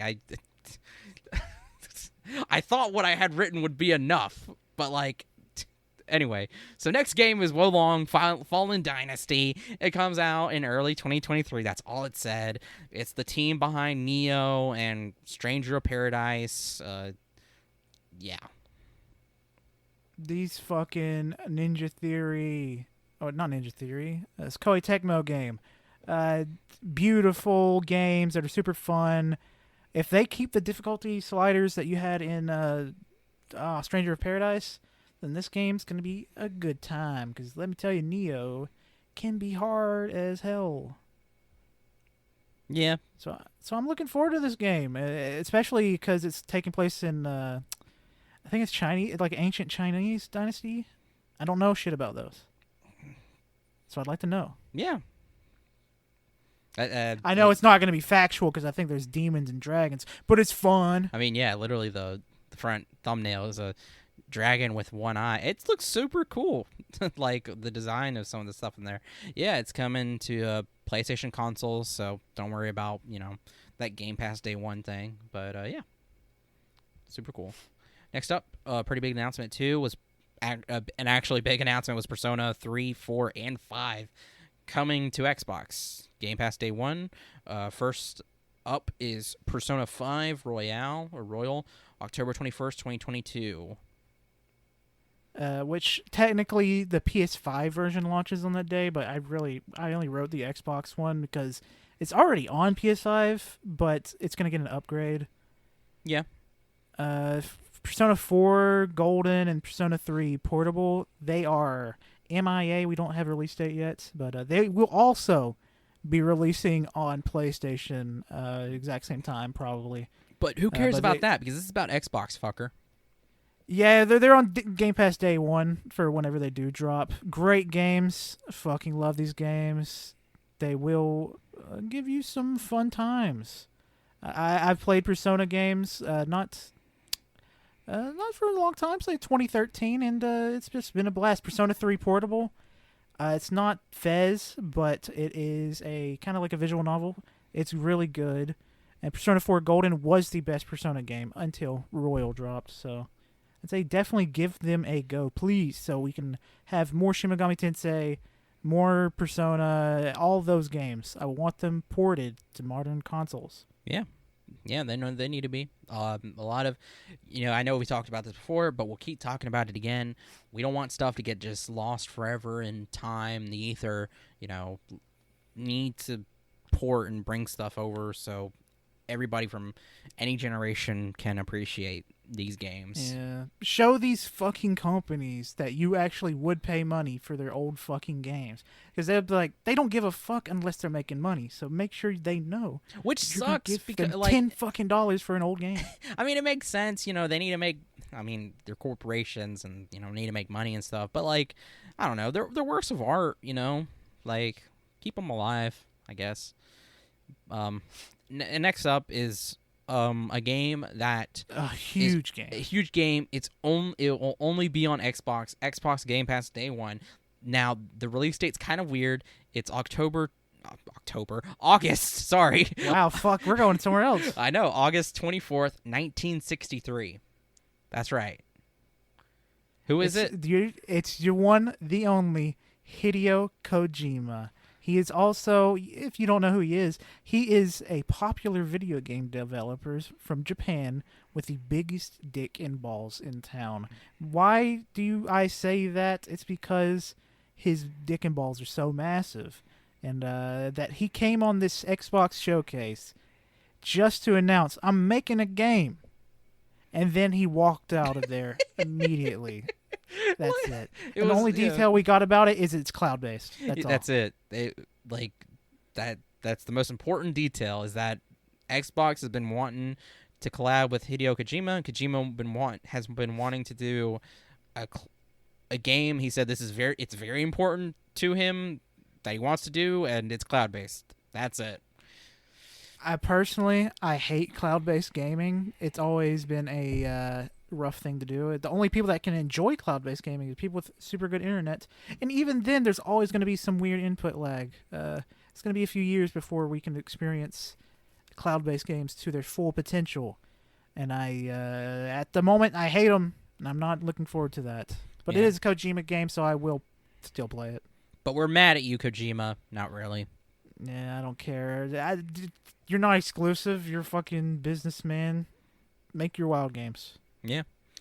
Okay, now, next up, finally, we're at the end of the Xbox Bethesda showcase. This is the game that everybody has been waiting for. They even said, like, towards, when Pete Hines was early in the show talking about Fallout 76, they saved this for last because Todd Howard would come on to talk about Starfield. And they did. Release date is early 2023. And we got official gameplay. It was quite a bit. It was a chunky. Sorry, give me a second. How much time was that? 15 minutes of gameplay. Oh, the gameplay. Yeah. Yeah, Starfield's looking good. To me, it looks like the shooting is pretty much Fallout 4 shooting, which a lot of people hate, but I'm into it. I like the Fallout 4 combat. I thought the gunplay in Fallout 4 was really, really good. So yeah. So I'm into it. And they got the P90 or futuristic P90. They got all these cool guns. They got jetpacks. It's looking like a fun time. It looks good. Oh, man. Like, I'm trying to think because Todd Howard, man. He's got me by the balls yet again. He always does this. Every time he comes out with a new game, it just works. And I'm sold immediately. Yeah, for some reason, there's a portal that opens up directly underneath us, and he's like, they see him on camera with his hand in a portal, and his hand is on our balls. And they don't stop him. They ask him. And the thing is, these little lies, in the end, I don't really care, because the game's still fun. At the end of the day, these games are still fun. Yeah. Like, Fallout 76 had a rough launch, yes, but now it's still fun. I know, like, because, like, like, you hear a lot about, like, people talk about, like, people are burnt by what happened with Fallout 76, and, like, the crunch stuff, like, a lot of the crunch talk, like, that's not good, obviously, and, it was not good with that, but, like, we've kind of, even at launch, Skyrim and Fallout 3 and Fallout New Vegas were still pretty goddamn good games. And then Fallout 4 wasn't that bad either. And I'd argue Fallout 4 was probably the least buggiest game they've ever released at launch. I don't remember it being that buggy when I would agree with you. I had no fucking problems whatsoever. It played out like it was supposed to. I had no issues. And same thing with Skyrim. I didn't have anything with that too. And like now Skyrim is, was very buggy obviously, but yeah. And they've been working on this for quite a while, and I still have faith in Bethesda, and I think this will be good. I mean, it looks incredible. We get to explore like the galaxy. There's 1,000+ planets we get to explore. Now, how that actually pans out will have to be seen. A lot of people, when you're watching this, compared it to No Man's Sky, and people were worried. So was I. But the more we watched it, those worries were gone, extinguished, because it was it separates itself from that. And I mean, it looks like a Bethesda, Fallout in space, basically. And that's something that that's extremely interesting for me. I'm all in on that idea. Yeah, we see you exploring, harvesting materials, see different life forms and planets. Then immediately we go into combat, just like a Bethesda showcase for when they're showing off a game. The combat looks fun, looks like Fallout. gosh, I mean, it looked like a good time, and then you get to fly off planet. There is no now. There was a recently Todd Howard did come out and say you will not be able to fly seamlessly from space to 1,000 plus explorable planets, but he just said I don't care. He said that doesn't matter. I don't care either, and he said it's really just not that important to the player to justify the engineering work involved. And I was like, that's fair. I would think that requires a lot of engineering work, and you know what, whatever, it doesn't matter to me. Yeah, and there's a story, obviously, a lot of doing with like collecting different pieces. There's factions, just like any other game. Oh gosh, I think it was you or somebody we follow on Twitter was like, oh yeah, this is a Bethesda game with the dialogue. Yeah, because it's like Fallout 3, New Vegas, Oblivion, and Skyrim, kind of. Not really. It's more like Fallout games. It's first person. No, the main character is not narrated, or he doesn't speak, or they don't speak. And I think, I don't think they showed us like dialogue options, but I think they're gonna go back to the old ways. I believe so. Yeah, it's you can swap from third to the first person, and like you said, they don't speak. You can fly your spaceship, of course. It's completely customizable, which is really sick. There's space combat. One of those cities, I think, several cities in there, but the New Atlantis is their biggest city they've ever created a game, and that will be your main hub, I believe, going to and from. And I mean the faction stuff, because bad reputation, positive or good reputation. I think that will definitely come into play, because there's the main faction that sees into like space exploration and trying to expand that and understanding our galaxy better, the universe, but specifically the galaxy. Sorry, and then there's like a pirate faction. So I believe it's gonna play out like most Bethesda games with that as well. And yeah, man, it's like this game has been so anticipated, and finally, I mean, we got what we wanted, I believe, to confirm that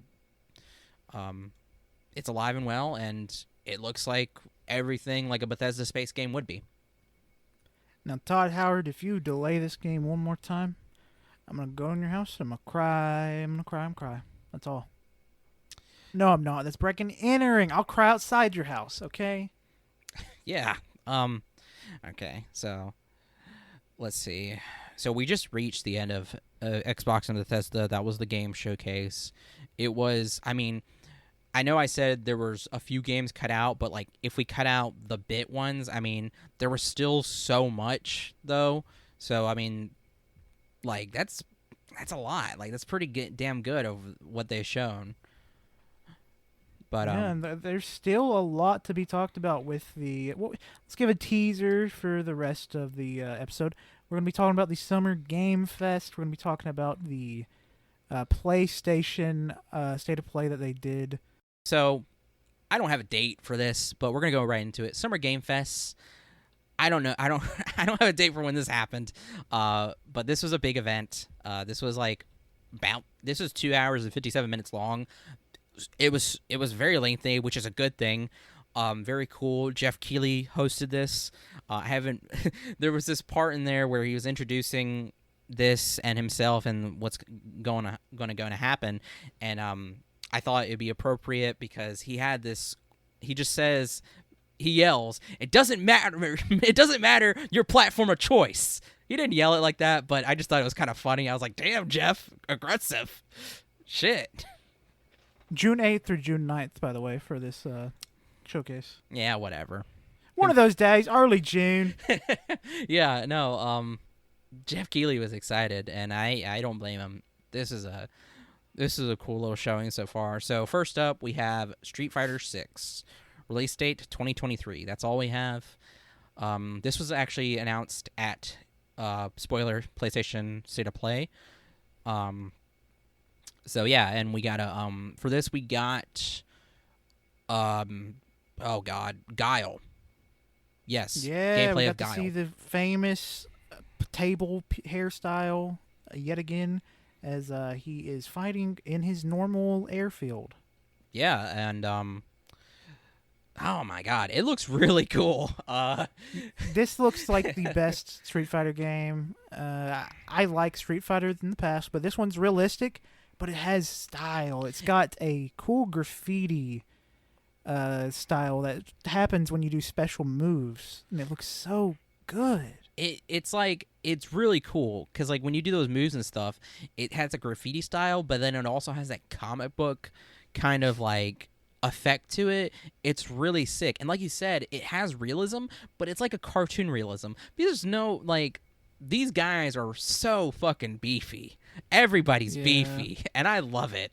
Like Street Fighter V had a cartoon realism, but this one, it's still cartoon realism, but it's more realistic. It's more realistic. Cartoon. It's utilizing next gen hardware for sure. Resident Evil engine, which is a Yes. beautiful engine. Yes, absolutely.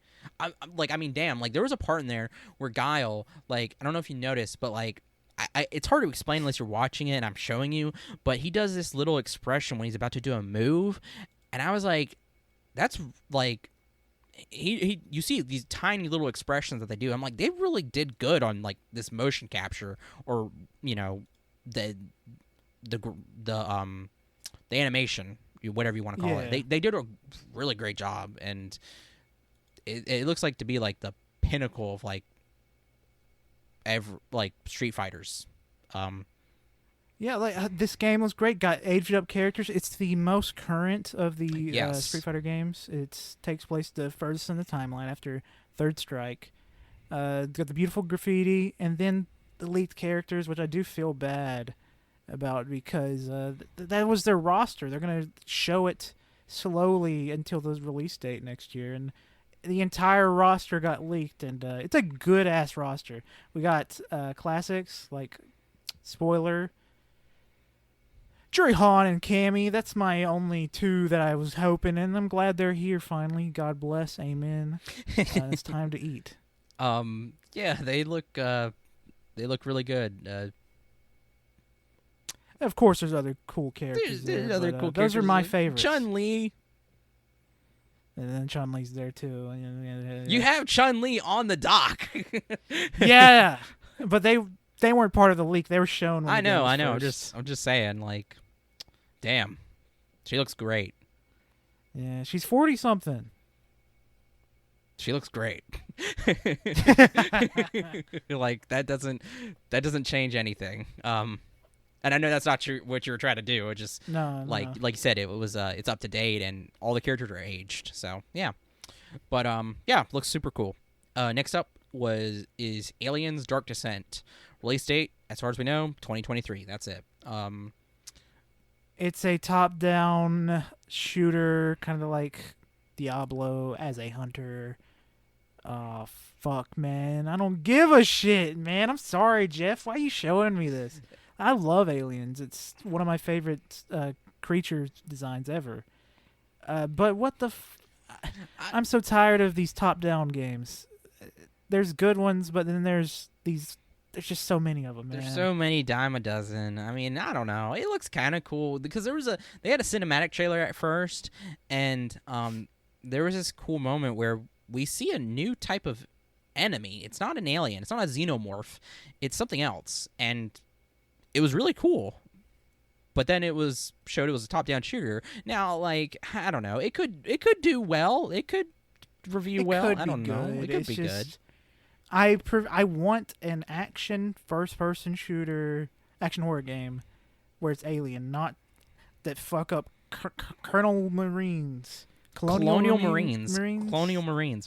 That's it. Colonel Marines, really, dude? Come on. I couldn't remember if it was Colonel or Colonel is a rank. I know. It could be Colonel Marines. I don't give a shit. The game sucked ass, and this looks like it's gonna suck ass too. Yeah. Colonel Marines. Maybe we need to join the army so you know your difference between ranks.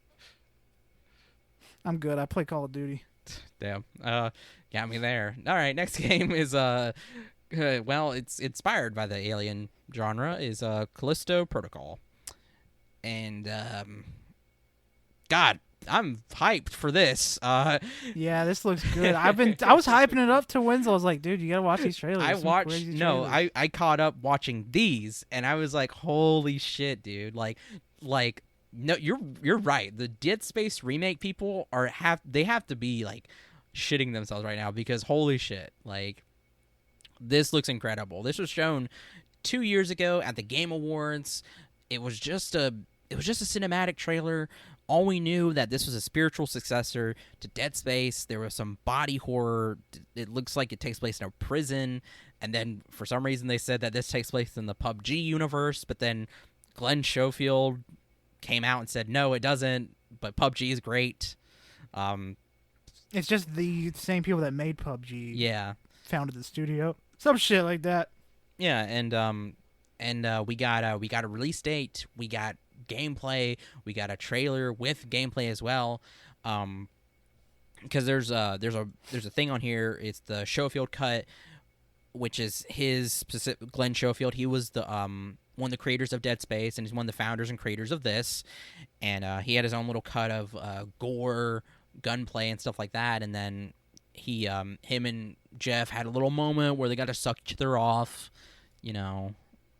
And we got to watch. Yeah, we got to watch. No, they were doing a thing because Jeff Keighley's been doing obviously an awesome job with video games, being passionate about it, and Glenn Schofield, appreciates that and appreciates the team and everything. I mean, they're really proud of this, and I'm so excited. Like that, like I was already hyped for it, but then to see them like be so like good spirited and proud of it and hyped of it really got me even feeling great about it too.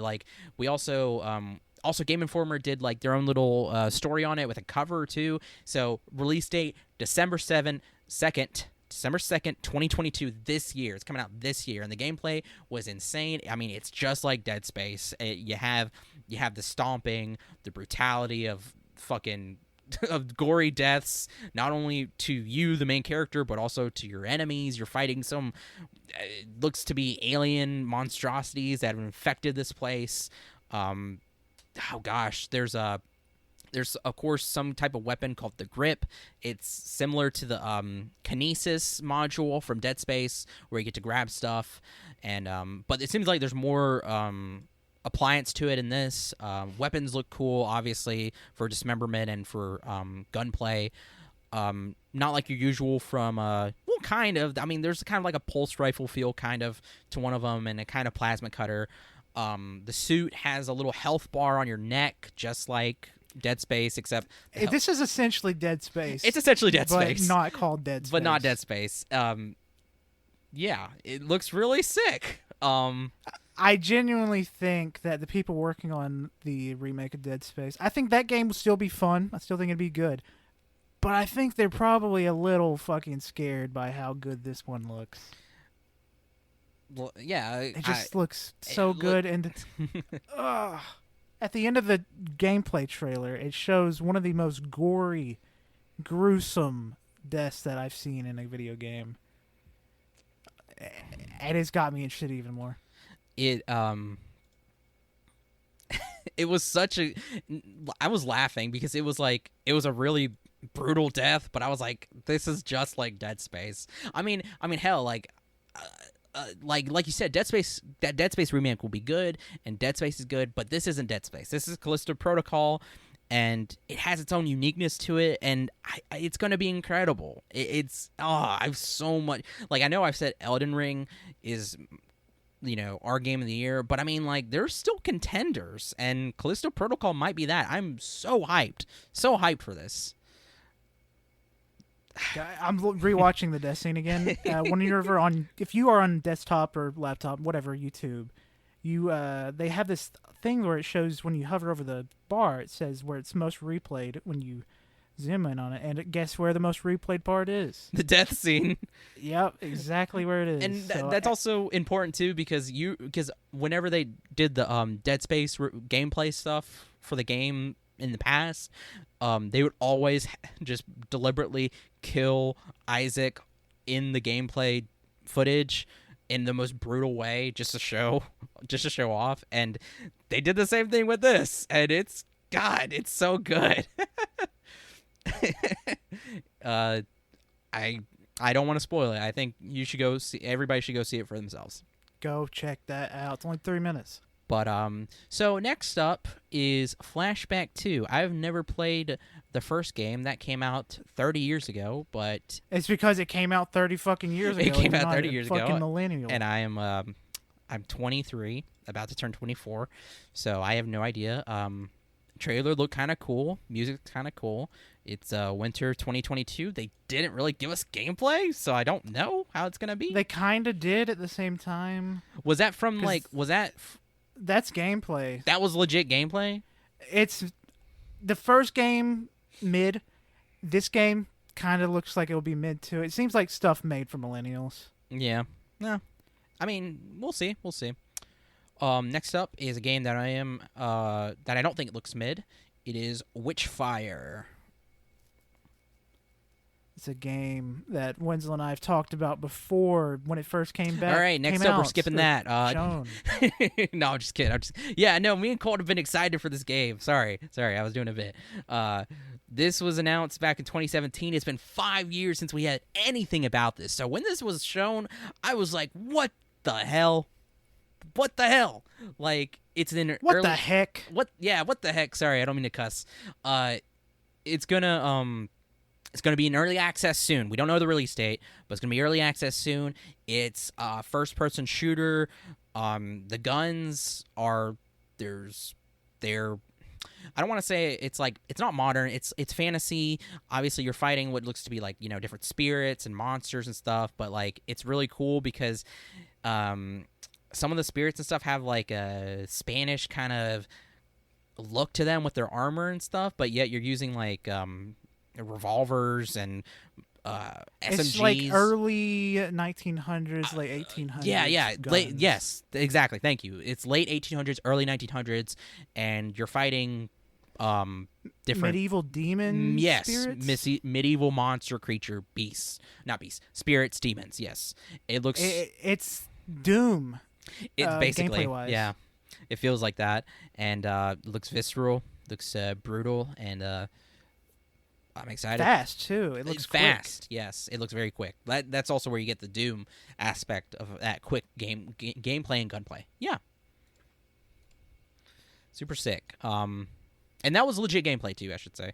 So yeah, next up is Fort Solis, and release date we don't know, but this is going to be starring Troy Baker and Roger Clark, very famous voice actors. Roger Clark hasn't done any voice work for a game since Red Dead 2, so this is huge.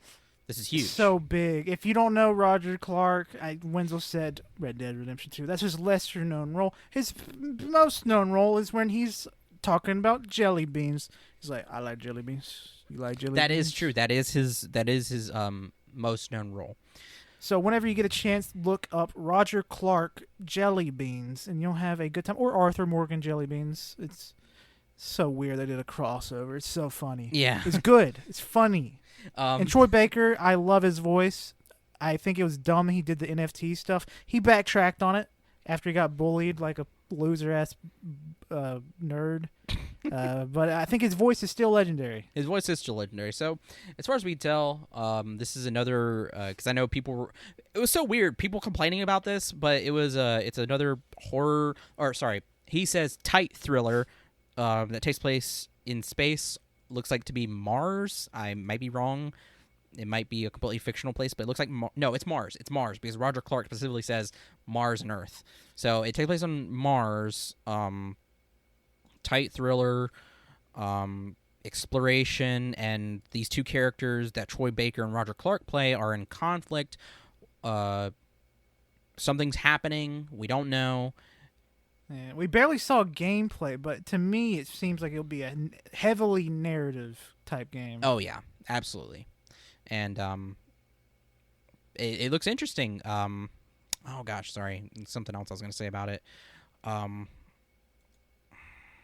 I can't remember what their characters are. I know Roger Clark's character is some kind of engineer that tries to keep the place running, and I think Troy Baker's character is some kind of medical officer.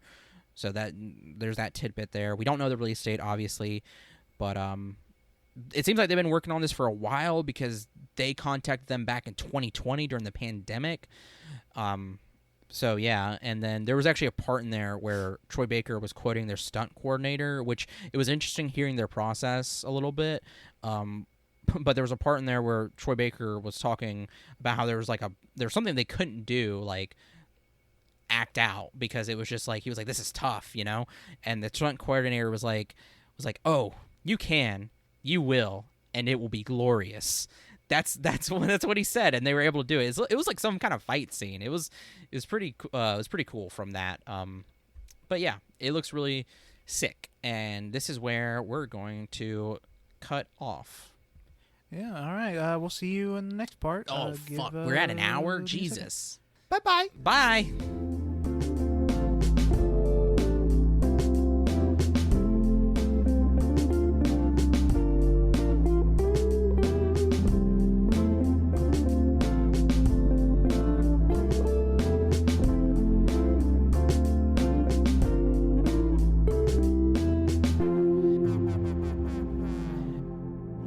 Well, we're back, just in this new part, and we're just gonna continue on what we were gaming. We're on to Call of Duty Modern Warfare 2. Yeah. It's been a bit since Call of Duty had a good game, I guess. I mean, they've had good games. Like I really loved Modern Warfare. I think it's my favorite after the release of Black Ops 3. Black Ops 4 was fine. Vanguard not. Cold War was okay. I loved Cold War. I don't see how you didn't like it that much. I enjoyed the campaign. I thought the campaign was fun. I thought the multiplayer was it was a Call of Duty multiplayer. It wasn't bad. And then the zombies was a different thing they were trying to do, and I didn't stay hooked to it. Even though I put like fair. Probably 130 hours into it. Yeah, it's been a lot. But then, you couldn't go back to Warzone or anything, so I think that's really where, obviously, we dropped off. Yeah. And like you said, Vanguard, I mean... It's fucking World War II. We've talked about this before, over and over again on the show. I don't care to play another World War II game where you just do the exact same shit over and over again. Like, I know people say Call of Duty, you do that every year with the same thing. It's another shooter. It's not the same for people that actually play them and enjoy them. Yeah, I mean, Black Ops 3 is never the same. I mean, it's not the same as Cold War. It's not the same as Vanguard. It's not the same as World at War. I mean, they're all different, and I mean, if it took place during World War II, but it was like there was like a catch to it, kind of like like Wolfenstein, kind of. Even though Wolfenstein takes place a little bit after World War II because the Nazis win, but I mean, if there's a hook to it that's not just you're playing historical events, then yeah, you have my interest. But no, when Vanguard was announced and like it was it looked fine. The story stuff looked kind of cool, but then like multiplayer, it's like who really cares? And then the zombies content as well was dog shit at launch. Oh yeah, and it was until now. I think they just added Chino Numa, and now it's finally getting somewhere. Yeah, I've been seeing that all over, and I'm just like, damn, that's crazy. And it's so funny too because like fans are like, we're tired of World War II now, like. Man, where were you guys, huh? Nah. But, sorry, we're not talking about that. We're talking about Modern Warfare 2. Modern Warfare 2 obviously continues after the first the remake of Modern Warfare, and not necessarily. I mean, it is a remake. It's just not. I mean, it has the same characters, but the story is not the same at all. Yeah. The story's not the same. It's new. It's different. So this is. A sequel to that remake, and this in itself is a remake.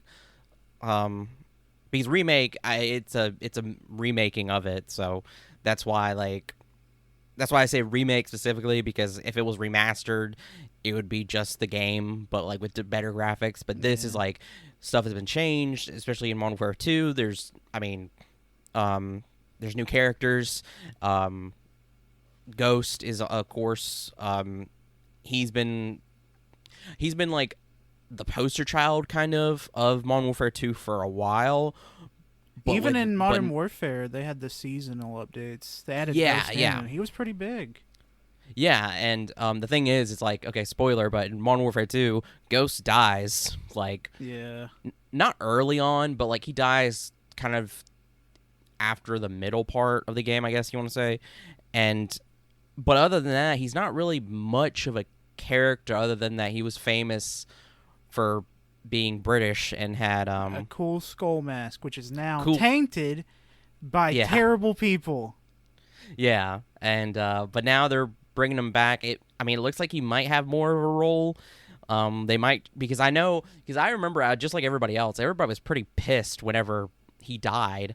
And there was like so much stuff of like, oh no, he didn't die, he's still alive. There's theories and stuff out there, and it was always a fun time looking into that.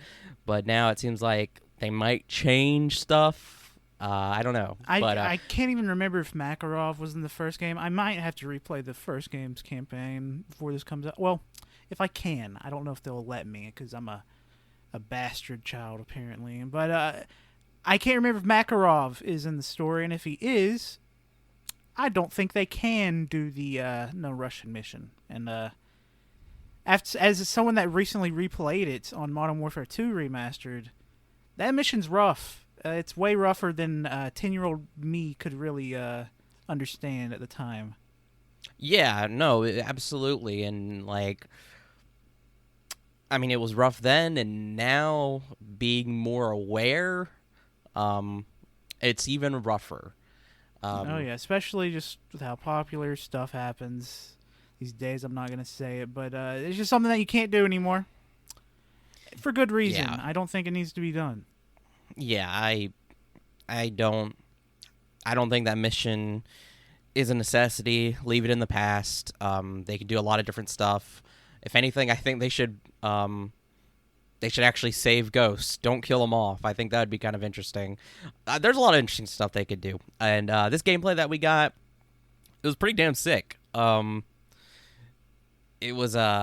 takes place on a oil rig where you have to stop a missile launch, and it's tight, quiet, and then all hell breaks loose, and you go from that to a boat with like the crates moving back and forth, and you have to try to make sure you're not to get crushed. Yeah. It looked really good. It looks like in Modern Warfare 2 there was a map that was never released. It was on an oil rig. It looks like a mash of that oil rig map and Wetwork from Modern Warfare 1. Yeah. I think it was essentially just Wetwork and an oil rig map, not necessarily the one from Modern Warfare 2, but it was a cool looking setup. Yeah, and sorry, I am kind of distracted right now because I have my TV on, and it's playing Family Guy on FX, and Peter just said "oh word," but in a different language. So it's kind of messing me up, and I don't know.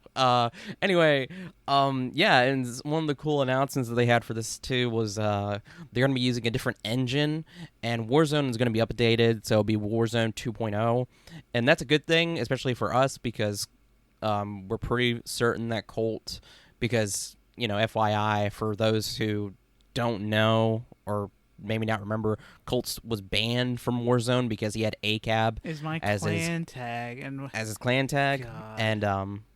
And there was, and it's like it's an error, it's a glitch where he can't play. Yeah, I was online. banned for like a certain, I want to say 14 days, and then when I tried to log back in, it says your save file's corrupted or your data's corrupted. Delete, retry again. Did all that, went all through the supports. I even tried playing Modern Warfare on Xbox. It has the same thing. It's all something on there, and it's my account. Bullshit. And you would think, like, oh, well, why don't you contact them? He has. Multiple times. Even I have. And nothing's been done. So, assuming, or now we know that there's a new engine, hopefully it will change stuff and he'll be able to play again. And now if I buy this game and I can't play it, I will then refund it as soon as possible. Because that's fucking stupid. Yep. And, this actually comes out on October 28th, 2022, 3 days before Halloween. Spooky. Yeah, it's a yearly Call of Duty release for the last time. There is no more yearlies. It's going to be, I think it's biannual now. Is that what that term is, when it's every 2 years? Yeah. Yeah. It's pretty crazy. So savor it while you can. Yeah, and I mean, I think this will, content-wise, they're not too bad at it. They just recently had a collab where Godzilla and King Kong were on the Warzone Island. So, I think they'll do something nice with this, too, and I think it can get a lot of bang for your buck until the next Call of Duty. All right, what's this next game down here? All right, next game. I was very surprised when they announced this, because it's been a decade since this was last announced, and I think it's like completely just understated. Even though it got it got a huge response from people who have been waiting, but we just get this little teaser basically of another space horror survival.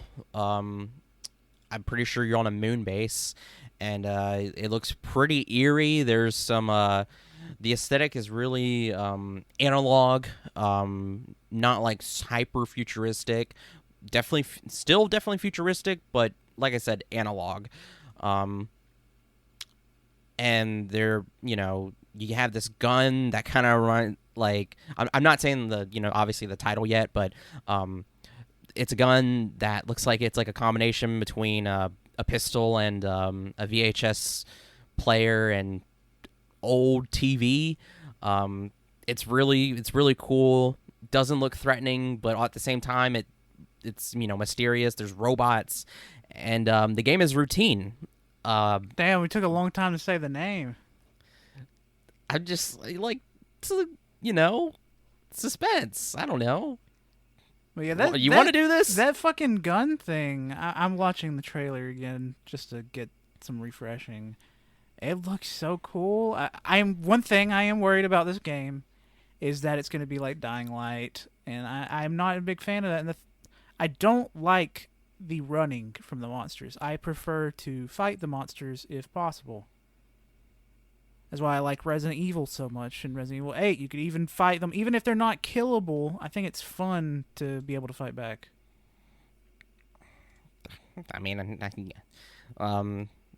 Dying Light? You could fight in Dying Light. Not Dying Light. What is that fucking game? Oh, it's so bad. You're using a video camera and you go to like a... Oh, my God. Oh, gosh. What is... Oh, Outlast. Outlast. Damn, that's my bad. I hate Outlast. I love Dying Light. Outlast was definitely boring, but this, I definitely don't think that's the case, because I think... Now, I will say, when this was originally done, I think there was like a combination...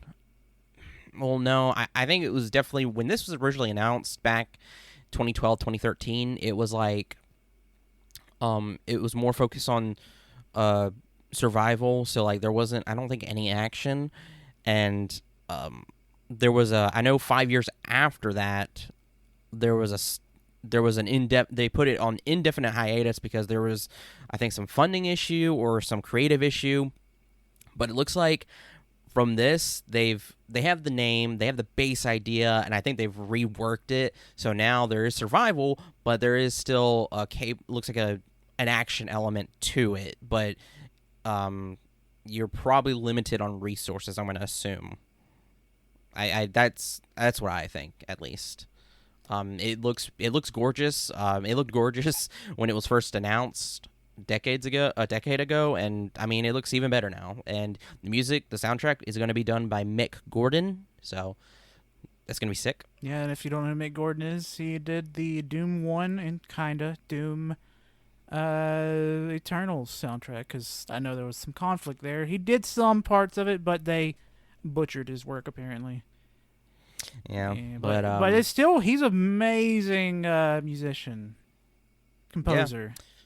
Yeah, he's great, and I'm excited for this release date. We don't have that, but it's live. That's all we need.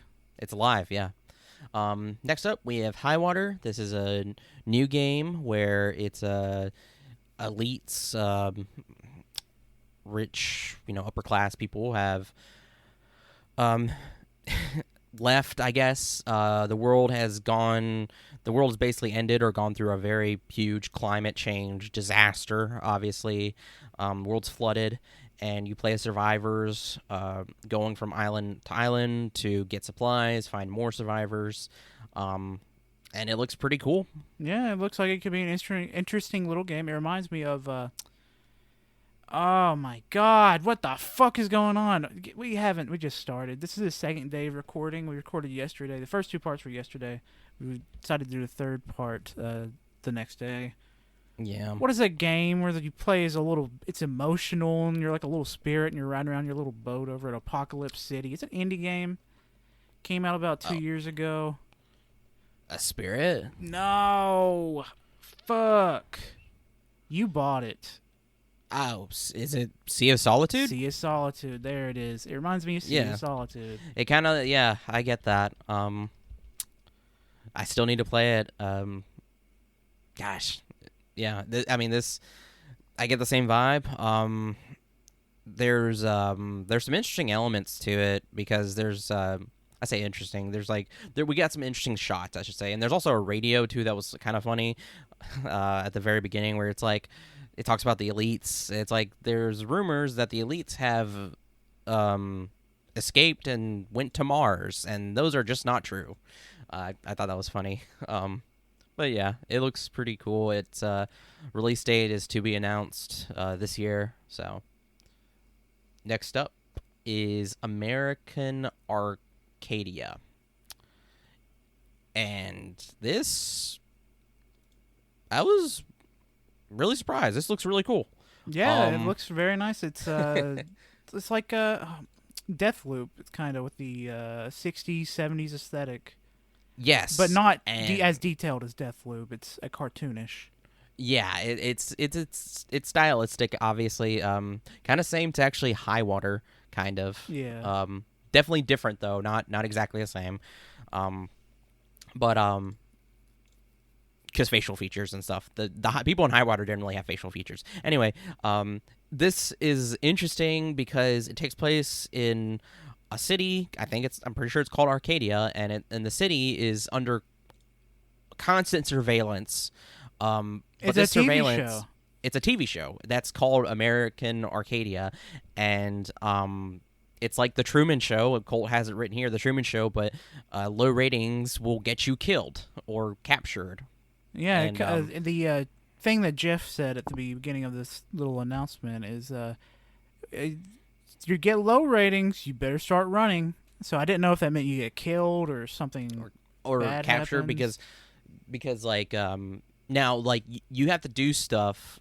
So like there's choices, obviously. So there's choices to do stuff that get you high ratings, or there's stuff that you do will get low ratings. And in the trailer it shows you being chased. I guess the head of this show, she tries to capture you, but somebody, because you play as a main character, a specific character, but there's like some woman who's trying to get you out. And that's about much as we know. It looks really cool. Yeah, it looks like it could be something fun. I'm looking forward to this. I am too. I love the Truman Show, so to have a game based around that is cool too. Next up is a game that has been basically dead for quite a while, but it's been revived. And it was I was very surprised to see this. Actually, what about you, Colt? I was when they first started showing off, like, what the fuck? Are they really bringing this back? I thought this was something that was confirmed dead, and I thought they moved on to Dying Light. Yeah. But it's Goat Simulator 3. Yeah, it's not Dead Island 2, even though the the trailer, it sets up as the jogger. He's listening to music, and in the background you can see goats just destroying the shit out of everything. It's a very good teaser. I mean, I thought it was pretty funny because like it copies the original Dead Island 2 trailer like to a T. It's pretty good, and it's so funny too because Jeff, the way it starts off, Jeff doesn't give anything away, and he's in on the bit, and it's just like oh my god, is this really Dead Island 2? But no, it's Goat Simulator 3, and the funny thing is too, there was not a Goat Simulator 2. They completely skipped it. It's just the bit. For the bit. As soon as I showed up Goat Simulator 3, I was like, shit, did I miss Goat Simulator 2? Because I really enjoyed the first game, and I was like, shit, man, I'm losing it. I'm losing my touch. No, there was never a Goat Simulator 2. Yeah, so I've never played it. I mean, from memes and from streamers, or sorry, Let's Plays from the past, I know about it. So, and I mean, it looks like it's gonna be fun, especially for longtime fans. So yeah. Oh, release date is sometime this fall, 2022. Next up, we have Marvel Midnight Suns. This comes from the Firaxis, creators of Civilization and XCOM. You play as very well-known Marvel heroes trying to stop Lilith, I think, or maybe that's Diablo 4. Shit, I can't remember. It's a cool-looking demon lady that's you have to controlling other Marvel characters like the Hulk, and they get their own demon forms. Yeah, the Hulk, Venom, but the Midnight Suns, the heroes, they get their own kind of like aesthetic, similar styles, and Spider-Man, because Venom was shown, so Spider-Man was shown to be part of the team now. I mean, he looks cool. Everybody looks cool. It could be a good time. I don't know. I honestly, it looks beautiful. These suits look awesome. The Ghost Rider is my favorite of the group visually, but I did not care for XCOM's difficulty, so I assume this game's going to be just as hard or harder. So I'm probably not going to dip into this. Yeah, we just thought we should bring it up because, it's Marvel.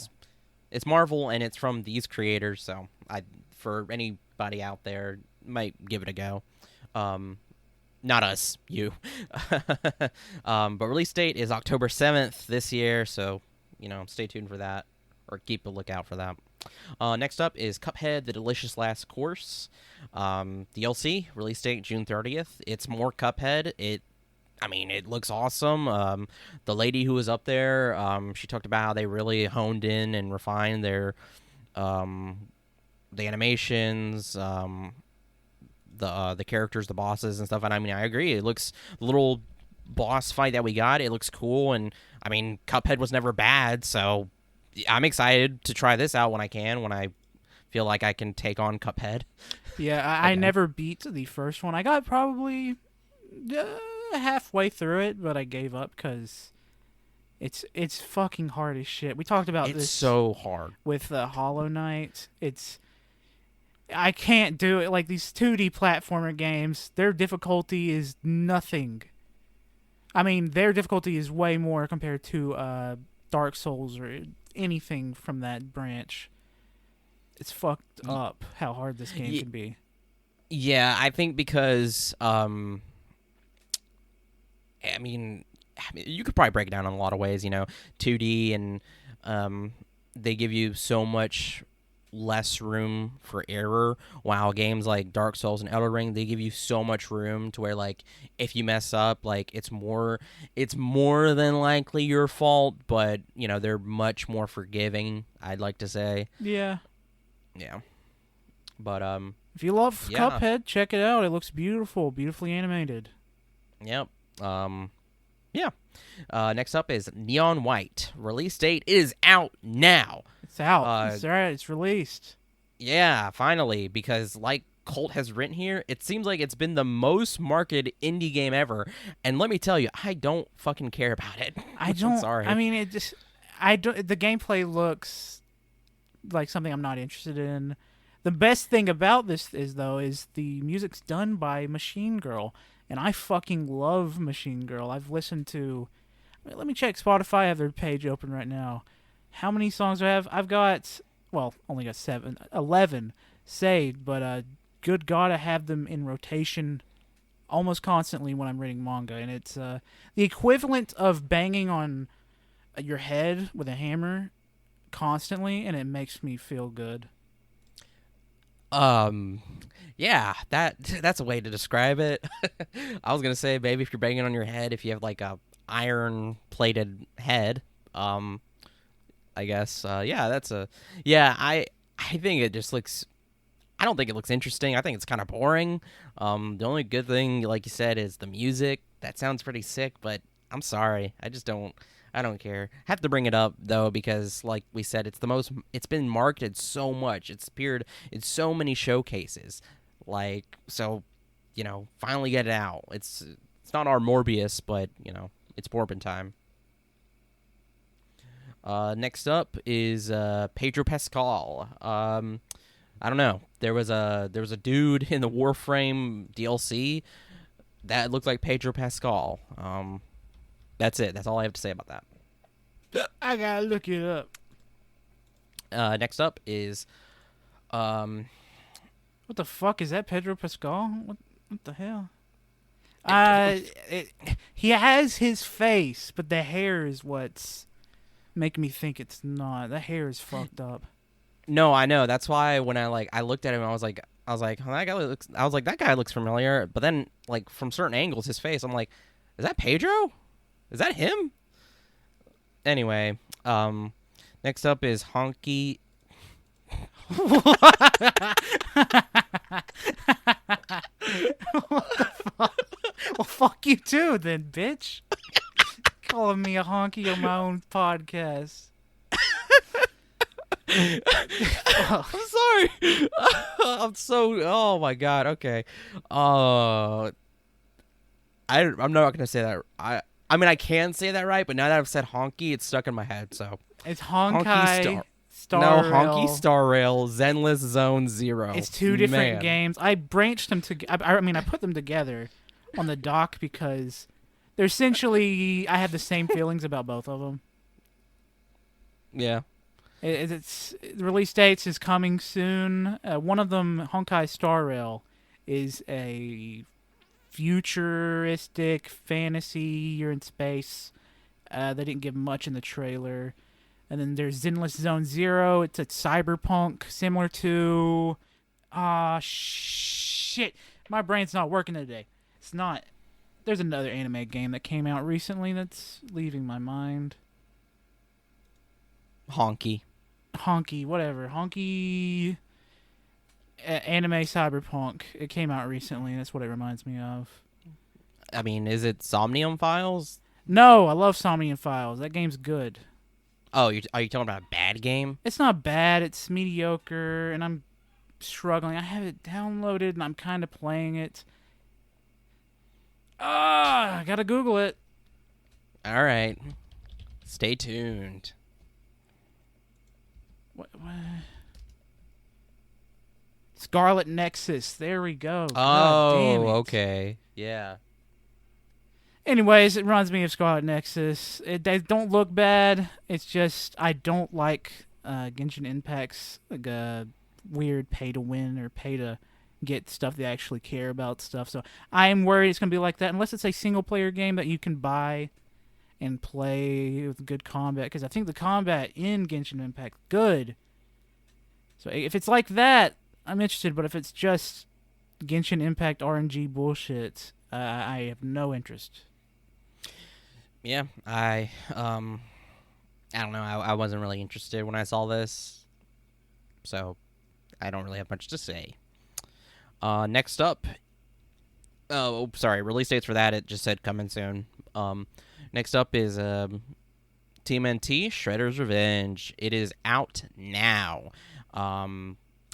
It's out for Switch, PC, PS4, and Xbox Game Pass. It is like an arcade style beat 'em up with the Ninja Turtles, and they announced Casey as part of the team, or as part of the characters you can play as. There's 6-player co-op, a local online, or multiplayer. It looks really cool. I want to play it.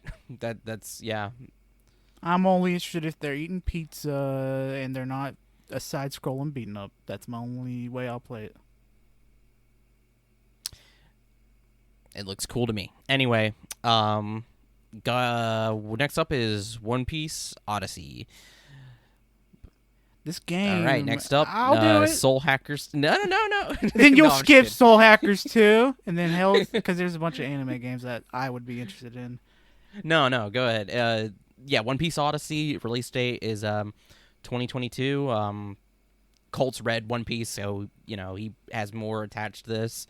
I don't know too much about it other than from what we saw in the trailer. Well, One Piece, as a One Piece fan, One Piece is the best of the big three. It's one of the best mangas out there. It's genuinely a beautiful story with a great team, and I'm glad it looks like they're finally getting a game that would actually be good enough to say it's a fucking One Piece game instead of some weird, not very great anime game that we've been getting tons of.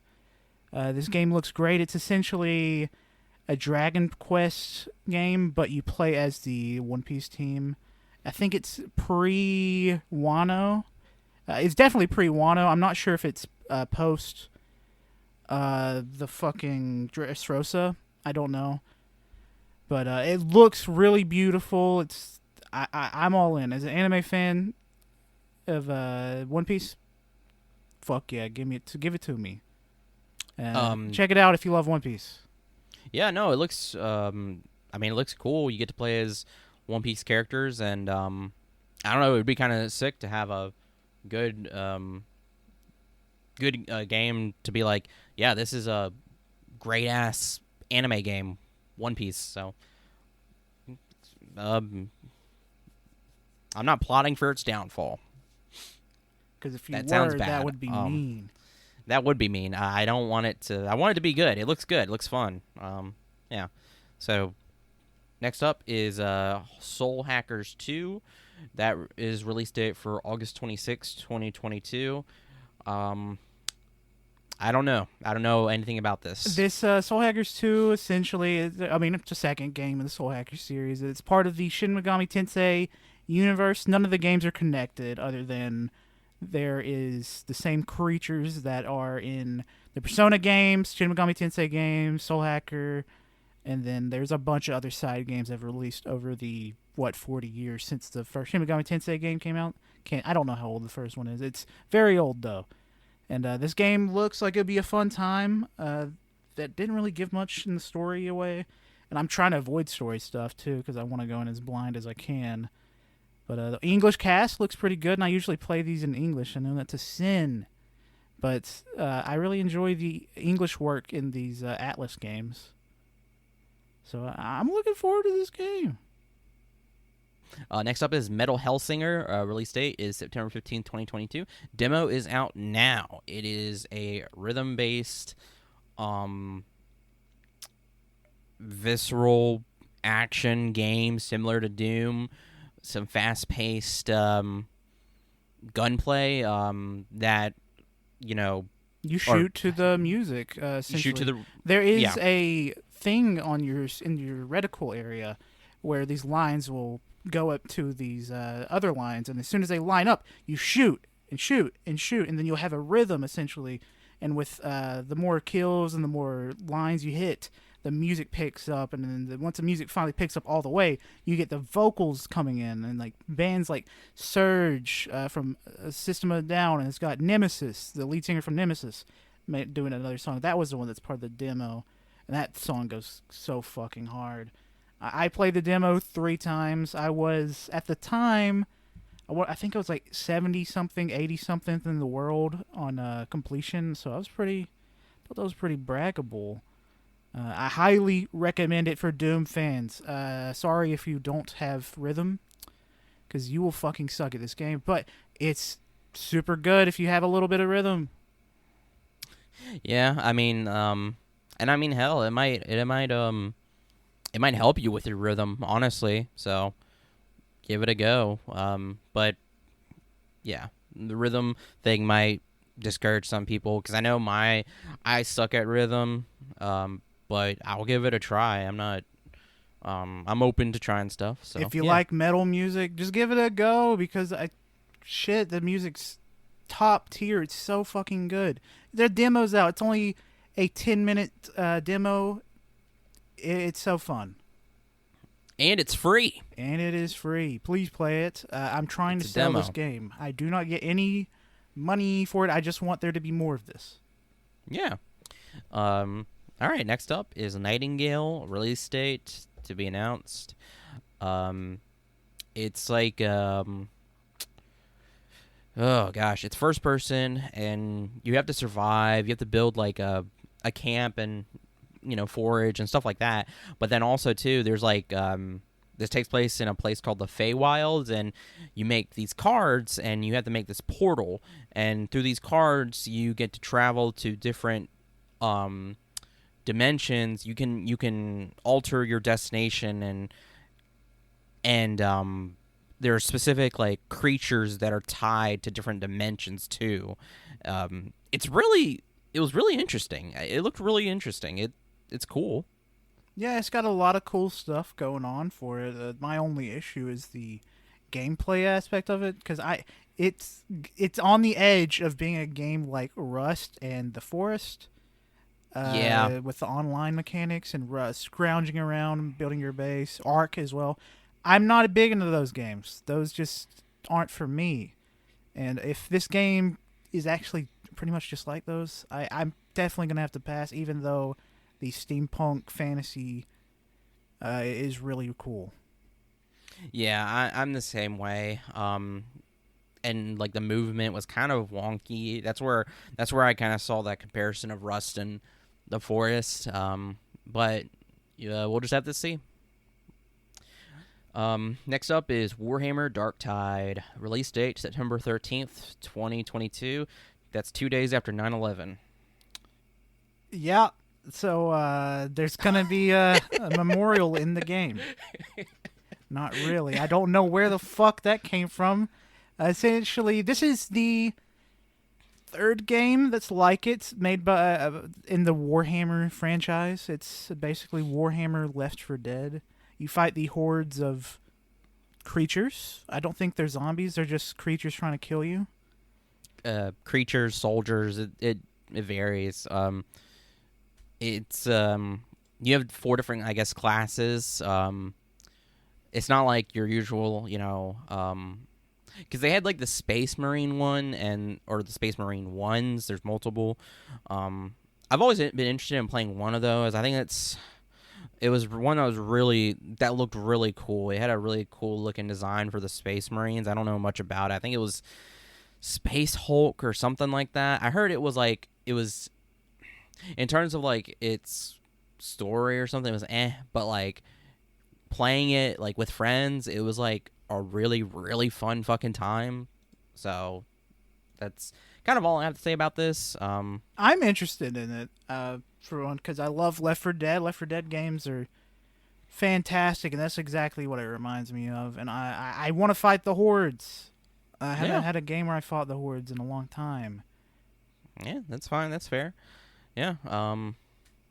So yeah, be on the lookout for that if you're a Warhammer fan. Next up is Layers of Fear. Release date early 2023, as far as we know. It's a psychological horror tale. I don't know too much about it. Did you say Layers of Fear or Layer Yeah. of Fears? It's Fears. Oh, sorry, Fears. So, because I think it's the sequel? third game in the series. Oh, okay. All right.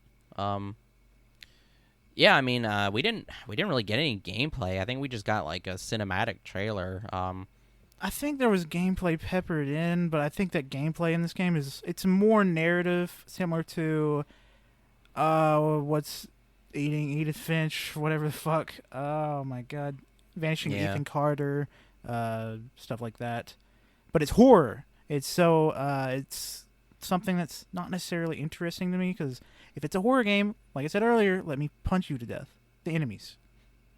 You can't just punch your way through your psyche. I can't do it in real life, so let me do it in the game. Yeah. I don't really have too much to say about this either. But yeah, if you're a fan of this franchise, then be on the lookout. Next up is Gotham Knights. Release date October 25th, 2022. That is 6 days before Halloween. Batman is dead. Batman is dead. It's made by the same team behind the OG Arkham Asylum City and Origins. Did they make Origins? I mean, it's all part of the same universe. Anyways, they're all there. It's made by the same people. You play as Nightwing. Red Hood? No. Yes. Red Hood. Woman? Yes. Well, Batgirl, actually. Sorry. And I think there's Robin. a fourth. Robin. Fuck. Shit, dude. I came so prepared. I hit them all, kinda. Goddamn. All right. Calm down. It's okay. And every time I see this game, it becomes more and more not very interesting to me. Yeah, you're right. It's actually Warner Bros. Games Montreal. They made City, Origins, and this. Yeah, I mean, I don't know. I was never really interested when it was announced. I don't know why. I just, because I love Arkham Asylum. I loved Mad Max. The combat in those games are fantastic. I'm playing through City, and I'll play through whatever the fuck the rest of them are eventually. But this game, it should be interesting to me, but it's not really the more they show. I mean, if you probably play City and not Origins, Arkham Knight, I mean, you might have more of an interest, but I don't know, like, because again, like, I love those games. Like, Arkham City is like one of my favorite games ever, but like, I don't know, I'm just not interested in this. Like, if it reviews well, and it got fun reviews, I probably will check it out. Because, I mean, it's got multiplayer as well. That should be something that ups the fun factor. Multiplayer can sometimes either ruin the fun of a game or up the fun just a little bit, so you're not suffering by yourself. Yeah, I don't know. But Batman's dead. Batman's dead. I can't. I lost my train of thought. It does take place in the Arkham universe. I'm pretty sure. I don't know. Because like, whatever. Anyway, sorry. I don't know. Like, I'm sorry. I don't know much about what to say about this. I just, like, it's not because like it's because Batman's in it. He's not in it that I don't care about. It's just, I just don't. I don't know. Anyway, next up is Last of Us Part 1. It's a remake. This was leaked by PlayStation's website and was shared around Twitter for around 3 hours before it was supposed to be shown. And yeah, it got pretty violent on stage. Colt, you want to talk about this? I'm trying to find the release date because I forgot to put it in. It's in September on... Why aren't you popping up? It's not June 19th. That's the second game, you piece of shit. I didn't do anything. Damn. Fuck. September 2nd, 2022. That's when Last of Us Part 1 remake is coming. The Neil Druckmann came out on the stage and he showed off details for the next Last of Us game, which is going to be a multiplayer game.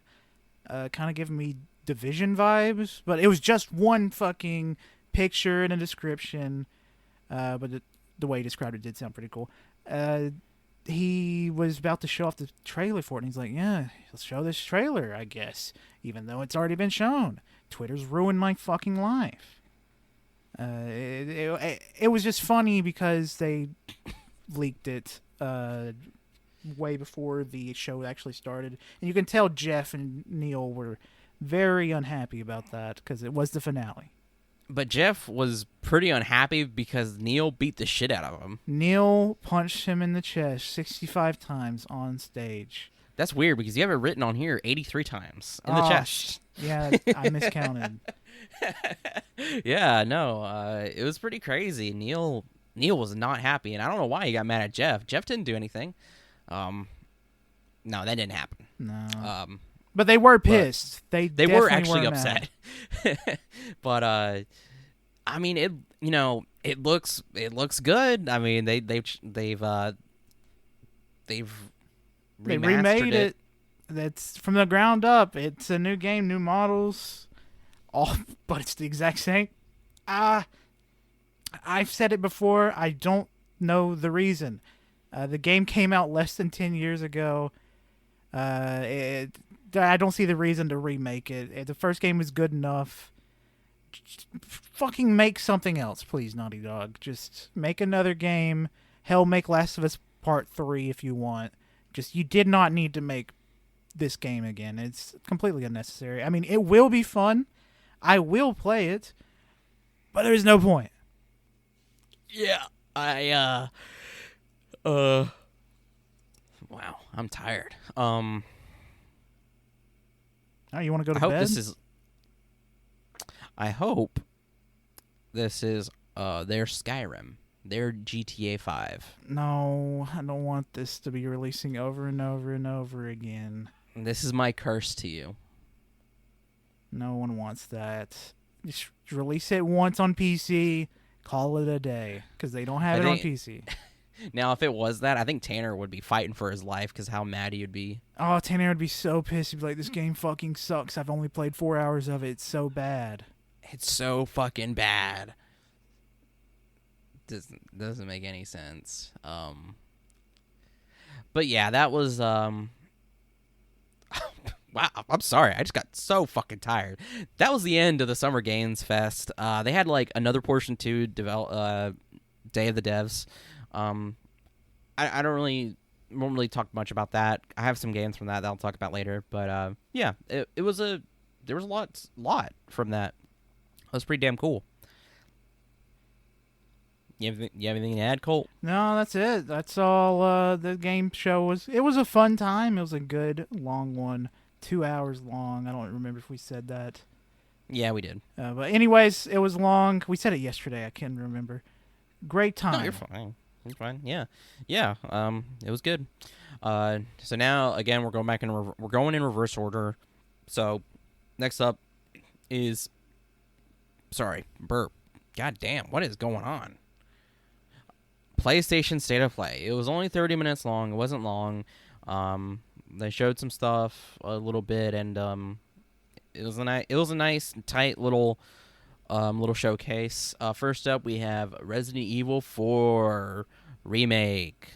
Which, thank fuck, it's coming. I know a lot of people Finally. didn't want this remake because they thought what I thought with Last of Us, but as somebody that went back and tried to play Resident Evil 4 recently after they announced this, it definitely needed to be tweaked a little bit because it's hard to play after playing the new Resident Evil games. I was about to say, like, I think this was like a long time coming. I mean, they did 2, they did 3. I mean, you gotta do 4, and I mean, with like the newer games 7 and 8, and like just better like it like the legacy that I mean, I know 5. I thought 5 was good, and 6 was all right, and legacy they left behind. It's like it just seems like natural to change it up or to restart it, I guess. Yeah, I think this is a new timeline too because they're changing the story up. They changed it up a little bit with 2 and 3. And this one, they Yeah. even announced that it's going to be a little bit different from the original. It's going to be not the same. So I'm thinking there's going to be a Resident Evil 5 and 6 remake coming eventually as well. Because fuck, Resident Evil 5's turning 10. Well, no, actually, Resident Evil 5 is 10. 11, 12. Oh, God. 13. This is fucked up. This isn't real time. It's bullshit. Yeah, no, just keep sitting there thinking about the fleeting nature of time. God, it came out in 2009, did it not? It came out in 2009. That's all I was looking up. What the fuck? That is Jesus. bullshit. I remember That is getting insane. that. I couldn't play it at the time because I was terrified of scary games. But I got it because I knew Cody would play it and I could watch him play it. Even though he's now the complete opposite and he fucking hates scary games. I don't understand that. I don't understand that either. It really is weird because I remember at the time, like, I think I've mentioned this before on the podcast, but like at the time when I first met Colt, like he didn't play any games that were scary. It was so weird. Because I was scared. No, you were scared, and I did, but it was just so funny because a lot of the games or not a lot, but some of the games I was playing at the time were scary. But now it's like Colt doesn't really avoid it, but Cody does. It's really bizarre. And like Cody's gotten older too, so like that doesn't make sense. Yeah, he's pushing 30 and he's a little baby. What the heck? Little baby bitch. Am I right? Hell yeah. But yeah, Yeah. excited for Resident Evil 4 remake and needed it. Yeah. Next up is Horizon Call of the Mountain. This is for PlayStation VR 2. I forgot to put the details in here on the doc, but did you watch the trailer? I did. I mean, it looked, it looked gorgeous. Yeah, it looks good. Fucking PSVR 2 is. I'm jumping in that shit as soon as it's pre-orderable. I will smash everything in my room while playing this game because I'll attempt to roll and break my own back and smash through the front window. But I will get to play this game because it just looks so fun. I mean, I don't really have interest in VR. So, I mean, I don't really have a stake in this, but hell yeah, though. That's kind of it, sorry, for me. Don't break your back, Colt, trying to do a roll. No, it's already too late. He's in pre-roll position, damn it. Next up is Spider-Man, Marvel's Spider-Man, Insomniac's Marvel's Spider-Man for PC. That's going to come out on August 12th of this year. It's good for you PC players. It's a great game, Yeah. So, yeah. Give it a Someone play else if you can like do it. Spider-Man and you haven't been able to play it. Absolutely. Next up is a game been very excited for, patiently waiting, is Stray. It finally got a release date. It comes out July 19th this year. It looks great. It's from Annapurna Interactive, and you play as a stray cat in a world that is... I can't remember the blurb now. I'm sorry, I left that out. It's populated mostly by robots now, and there's some kind of weird like disease or infection. It's really cool. It's really somber, quiet. No, not quiet, but somber, atmospheric. It looks really beautiful and fun. Yeah, I'm super excited for this game. You play as a cat. There's no other games where you play as a cat other than Kingdom Hearts. It's so fun to play as a kitty cat, so I want to do it. I'm going to do what my cat did this morning and scratch at the door for 3 hours. I plan to do it in a video game.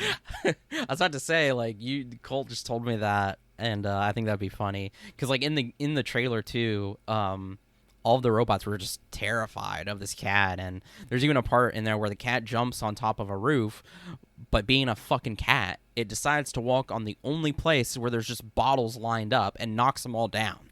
Like, yeah, of course. Cats. Cat's crazy. Yeah, excited. Next up is Roller Drome. This comes out this year, August 16th, and this game looked crazy. It it takes place in 2030, and there is a blood sport that the populace loves to watch, and basically you're like a roller derby girl, and you have guns, and you shoot and kill dudes, soldiers, or whatever, trying to attack you. And while you're doing so, you're doing cool-ass tricks the whole time. It reminds me of Hotline Miami and Tony Hawk Pro Skater. They're just bashed together, but instead of skateboards, it's roller skates. Yeah. It's really cool. When I first saw this trailer, I just didn't feel it. But when I rewatched it, it really clicked. I don't know what that is. I guess it's good to re-give stuff a second chance, and I did, and I'm glad I did, because I want to play this. Yeah, me too. It looks cool. Next up is Eternites. This is going to come out in early 2023, as far as we know. I didn't get much from it story-wise. It looks to be some kind of, it's an action game, but question mark maybe. I can't tell if it was action in the sense of like Final Fantasy remake or turn-based action. Yeah, that's my thing. I couldn't tell either, and I mean, it's centered around. Colt has dating sim on here because it is a dating sim. It is? Okay, yeah. I didn't know that. It's marketed as a dating sim. Oh, okay. All right. The main character is a guy, and there's a bunch of high school girls. Yeah, I would be more interested in this game if I was younger. As I've gotten older, it just feels sad. All right. There's a part in there where it says press R2 to hold hand. That's actually in the game. Yeah. It's a pretty funny little thing. I know there's people on Twitter going crazy over that little bit of detail. Yeah. I guess I'm excited to see more, but I'm not excited. I don't know why I said that. I don't care about this game that much. Sorry, that sounds mean. Anyway, Tunic, that was a game that we talked about. It was on Xbox, but it's coming to PlayStation now. It will be released on September 27th. PlayStation gamers will finally get their hands on this, and that's pretty cool. Hell yeah. That includes me. I've been wanting to play it, so yeah. Next up is Season: A Letter to the Future. This game was announced, oh man, I want to say last year, maybe before that, but it oh gosh, it's another narrative-driven game. It's very pretty, very atmospheric, ambient, takes place outside. You play as a person going around, I guess, interviewing, taking notes and journaling about this magical world, this area you live in with these creatures and stuff, and it's very unique, and it looks to be very emotional. There was a part in there, dialogue, where this woman was just like, the way she listens to you just makes you want you to tell her your story, your whole story, or just talk to her like just forever, and like this character you play as is like taking note and cataloging and writing everything. It's really interesting. Yeah, I'm very excited for this game. It looks so beautiful, so unique. I will cry while playing it, so I'm ready. More than likely, it's it looks to be that way. There's a lot of there's a lot of reference to something having to do with the season, and there's this worry, this existentialism with them, like with the characters. They keep mentioning what will happen after the season ends. Will we still exist? Will we be alive? So what's interesting too is that the release date specifically says autumn 2022, not fall 2022. I think that was a nice little touch there. So I hope it comes out this year. I'm excited. Me too. And finally, last up, we have oh my god, I am terrible with Roman numerals. Is that Final Fantasy 16? Yes. Okay. Final Fantasy 16. That was shown. The release date is currently summer 2023. It looked gorgeous. It looked cool. It looked fun. I've never played a Final Fantasy game except for, oh man, the one that We were at the art house, and 2 people there said they didn't like it. It was one of the most recent Final Fantasies. Final Fantasy VII Remake? No, not that. The one with Final Fantasy 15? Yes. Oh. I love that one. I fucking love that game. Do you not remember when they said they hated it? Yeah, I remember when they said they hated it, and I was like, I Oh. fucking love this game. Yeah, I know. I'm just saying, like, I remember when the first part that I played of it, I really liked it. I've been meaning to go back and play. I just haven't, and I want to, though. And I need to play 7. I need to get into Final Fantasy games. They're so good. Final Fantasy 7, there's never a bad time to get into that, because there's the second game, and the future games are coming up. Yeah, but Final Fantasy 16, batshit insane. If you're a Final Fantasy fan, a mainline series fan, this is the time to start screaming and breaking down walls and just being ready for this beautiful game. I am so fucking excited to fight these giant creatures all over again and just be a bad boy. Yeah, it looked pretty crazy. I love a challenge when it comes to taking down giant creatures. So, but yeah, that's all we have to talk about for the PlayStation showcase or state of play. It was nice to get something from PlayStation, even if it was really short. I mean, they showed off neat little stuff, so it was pretty cool. So we're gonna move on to miscellaneous stuff. I try to put in as much as I could. News-wise, or recent stuff. Just should talk about games that weren't necessarily part of a specific showcase or anything, and any updates to stuff. Which I should mention, I didn't put everything on here just because I was just looking back on it. I was like, we don't need everything, and I say we should probably do something like later in the year, another game thing. I don't know. We probably will. I think we should. I think it'd be cool. Sorry if you're listening to this. But anyway, miscellaneous. So here we go. Annapurna Interactive, they will have their own showcase on July 28th, 2 p.m. Central Standard Time. Yeah, so we get to see Stray gameplay. Well, actually, Stray will be out by then. So yeah, they'll be showing us Stray 2 gameplay, and I'm looking forward to that.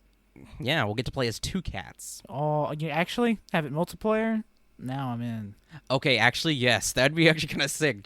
But that'd be cool if they had a part in there where, because you're cats, you can just start hitting each other in the face. Oh, yeah, and then we rip each other's flesh, because cat fights are insane. They are very intense.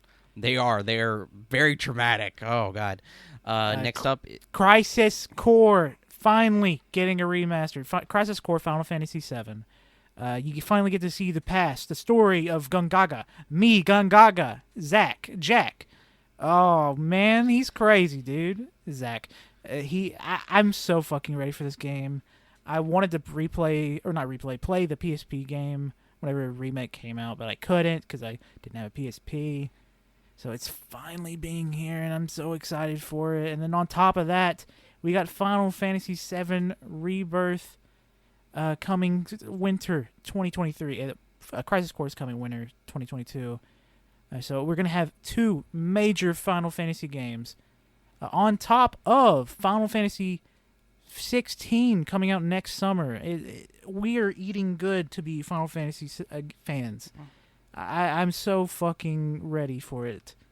Yeah, I hope they get released as they're shown, because I think that'd be really cool. You have that, a 6-month buffer time. Yeah, have that Final Fantasy fandom being fed. I think that's really cool. I hope it works out like that. Sucker Punch recently had a job listing that hints at an open world stealth game. I just think that's interesting because it will more than likely be a new IP, but it would be so cool if they finally got back to Infamous. I'm begging you. Second Son is still one of my favorite PS4 games. It's a fantastic, still beautiful game. If you haven't played Second Son on the PS5 yet, go check it out, please. It's 60 FPS, and it's still just as beautiful as it was when it launched. And I mean, if you just haven't even played it yet on your PS4, play it. It's so good. It really is. Like, it's so crazy because they had the original Infamous, then they had one specifically released for PlayStation 4. It's like, you gotta give us another game, you fuckers. Even if it's just one per generation, I'll take it, man. I'll take it. But I have these sorry, I have these few games listed here. I thought they were interesting when I looked them up. So there's this one game called Time Flies. It will come out in 2023. It's coming to PlayStation, Switch, PC, and Mac. This was shown at the Day of the Devs. It's a collaboration between these two creators, Michael Frey and Rafael Munoz. You play as a fly. And depending on where you are in the world, your life expectancy changes. You have a little bucket list of stuff you can achieve. For example, in the U.S., life expectancy is so what he I think he used like the reference of like life expectancy for human years and turned that into seconds for flies. So for the U.S., it's 77.4 seconds or 77.4 years for humans, and it was like, you know, I guess morbid but kind of funny and kind of sad too. It had a fun little and, music to it too. It was like old 1940s, 50s jazzy music, I think. Yeah, it's very simple, but I don't know. I think it had a really interesting charm to it. I want to try it. And it was like shown at Day of the Devs, but it was also specifically announced on the PlayStation channel too. So to kind of highlight that as well.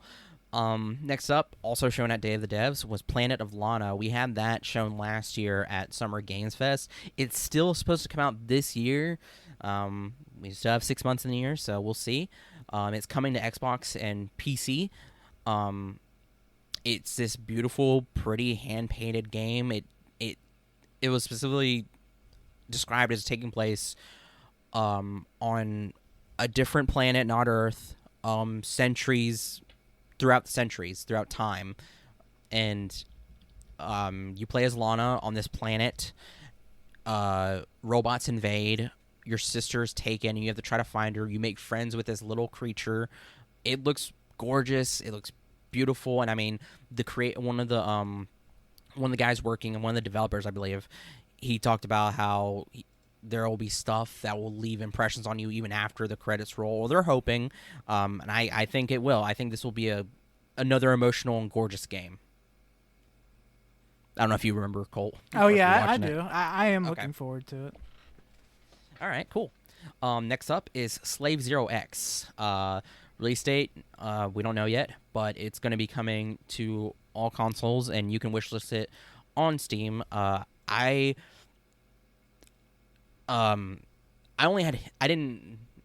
So the person I follow on Twitter, they're an artist. They're Person Faces. That's their Twitter handle if you want to go look them up and follow them because their art's fantastic. They've been hinting that they've been working on a game, and I'm like, oh shit, like what could this be? Because their art style is insane, and I'm like, if that's implemented into a game, I gotta check it out. I gotta play this.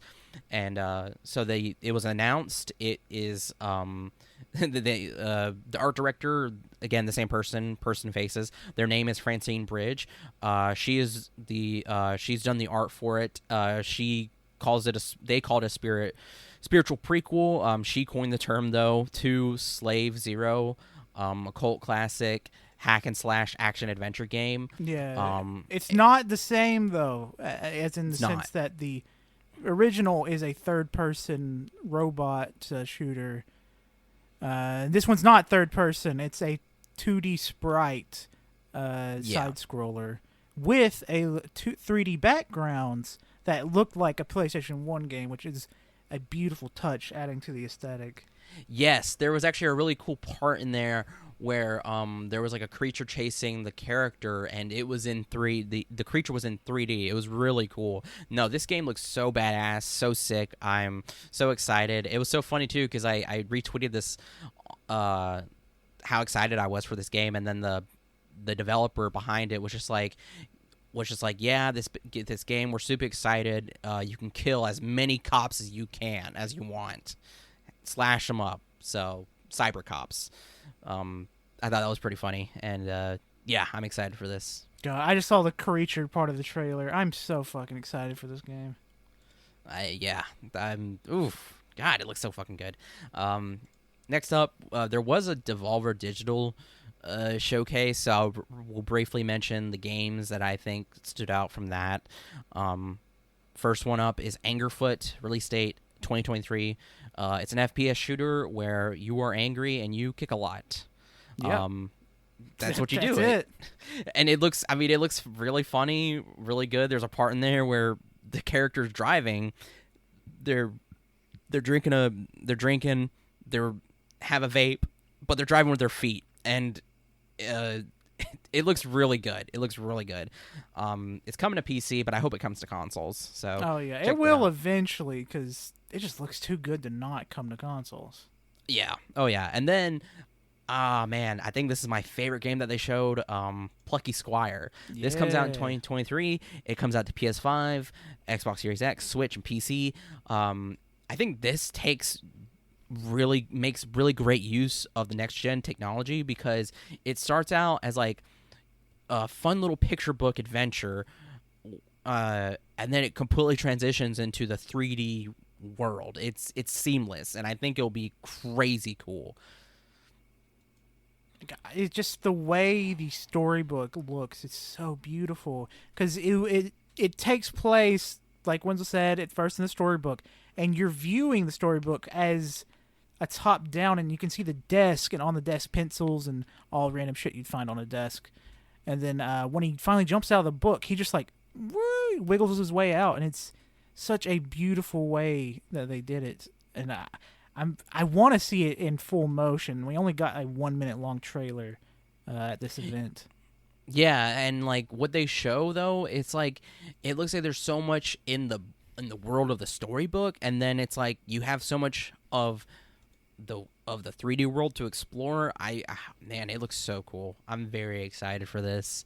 And like Colt was saying, it was like you can see this hard surface of the book, the textures of the pages, but like the storybook, the characters are cartooned and they're moving. It's just so amazing. It's crazy. And then later in the trailer, you can see that you can actually jump into the textures and the details of random things around the book. You can find tins that have like a desert or a cup with like special other stuff on it, and you can fight the creatures inside the cup or the tin. But inside the art, you don't jump inside the actual tin, just the art's on the cans. It's very cool. It's really cool. I definitely keep an eye out on that game. And then finally, the last game that I had an interest in was Skate Story. This is coming out sometime in 2023. It's coming to PC. Again, I hope it comes to consoles. It's a skating game where you play as a demon made of glass and pain, and you have to skate your way to eating the moon and getting out of hell. And that sounds fucking insane. Yeah, but if you saw it, it's much more simpler than that as it looks, because it's very pretty, very hard edge, pretty brutal. Very chill too. The music is very relaxing. Yes, it's such a vibe. It's so cool. But like as you're skating, because you're made of glass, you can shatter if you fall. So it looks really cool. This game was made for 2016 Colt, and it turns out I'm still that person. So it's made for me now. Damn. All right. Yeah. No, it looks great. Excited for that. Here's a few updates on some games that were that we saw last year. Again, I don't have much on here just because I'm still kind of wanting to work on that, and I think later we'll do something because there's still so much to come out. But Frog Song was a game announced last year at the Wholesome Direct. It's a fun little frog adventure game. You play as a frog. It's kind of top down but 2D. It's very stylistic. It's coming to PC on October 25th. It'll come to Switch eventually. Check it out. Its Kickstarter was fully funded, so that was really nice to hear. I'm very excited for that. I hope this game performs well because it looks so cute and very fun. Yeah. Oh, yeah. Yeah, it looks very good. Next up is actually a controversial. It's more of a news kind of. So there was this game that was announced for PS5 that a lot of people thought was Silent Hill. Secretly, they thought it was Hideo Kojima doing a bit because he's done that before with his past games. But turns out it's an actual. It's abandoned, and it was going to be PS5 exclusive, but GameSpot recently released a report earlier this month about how the studio and the founder Hassan Karaman have completely misled fans into the development of the game, and it doesn't exist. It doesn't exist, and it's a wild ride. Just getting the details out about this game. I follow someone on Twitter that has been interviewing him and posting about it. They're famous for releasing the 60 FPS Bloodborne patch for the emulating, and it's wild how much batshit this. It's just insane stuff. They essentially they paid to get their game advertised, and they got all these people excited. They got Sony to advertise their fucking game, and it turns out it's nothing. It's insane because it was a PS5 exclusive game, and from the little bit we got, it looked It looked like it wanted me having more. There was supposed to be a demo for it called the Prologue, but then it never came. And then come to find out, like you said, they paid people to basically advertise and stuff, and there was a Discord server, and the founder, if he didn't like what you were saying or anything, you'd get kicked, and he'd keep moving to a server with more people that he would vet, quote unquote, to put in this server who were more favorable, and it come to find out too that he likes rather than working on his game, he likes to stay up late to play Rainbow Six Siege. That's not a bit either. That's true, or that was reported. But then recently too, a Blue Box spokesperson came out refuting any claims. But they even said that they're receiving no funding from anybody, not even an entity like Sony or PlayStation. So that's interesting. Because then it's like, well, that was supposed to be a PS5 exclusive game. You're not getting funding from anybody. Then that makes it seem even worse. They've gone through several. They've admitted to have gone, or not admitted. It was in the report too that they've gotten through several revisals of the game, and there was even a report about how the founder, Hassan, had put in a script in the Discord server, but on the script it said Silent Hill 5. And he's just trying to trick the people into more money, I'm assuming. He's trying to get the marketing up for this game, and it's just been a big flop. And anybody that had any interest in the game from the get-go, it left a bad taste in their mouth. They're not going to want to play this game. I don't want to play this game anymore. I was interested, but I'm not anymore. You fucked it up because you had to be weird with it. Yeah, it's really bad. If you get the chance, go check out that GameSpot article. It's really well done. And then there's Kotaku. They did another article too, because a lot of some of this information is coming after too, with Kotaku doing their own report about the report as well. It's really interesting. The Blue Box spokesperson from the studio said that the game is still coming. The Prologue demo is still coming, but they have every right not to tell people when or whether it's coming, which doesn't really make sense, but okay, cool. That's weird. Don't you want people to be hyped for whenever it should be coming? Whatever. You're kneecapping yourself. Yeah, it's vaporware. Anyway, and another game that was shown last year, it was at the Xbox Showcase. It's replaced. It's a really it was a really cool action adventure, maybe noir, set in a dark dystopian post-apocalyptic future with cyberpunk elements as a unique 2D 3D integrated style. that was supposed to come out, or they wanted to show that a new trailer at the Summer Game Fest, but they couldn't because they're based in Belarus and there's currently a conflict in Ukraine. So everybody, understandably, is like, yeah, don't worry about that. Just at least hopefully come out unscathed. Yeah, it was originally a 2022 release, but it's definitely not going to hit that. But it will come eventually. They need help over there. Yeah, they do. But yeah, that's all I have.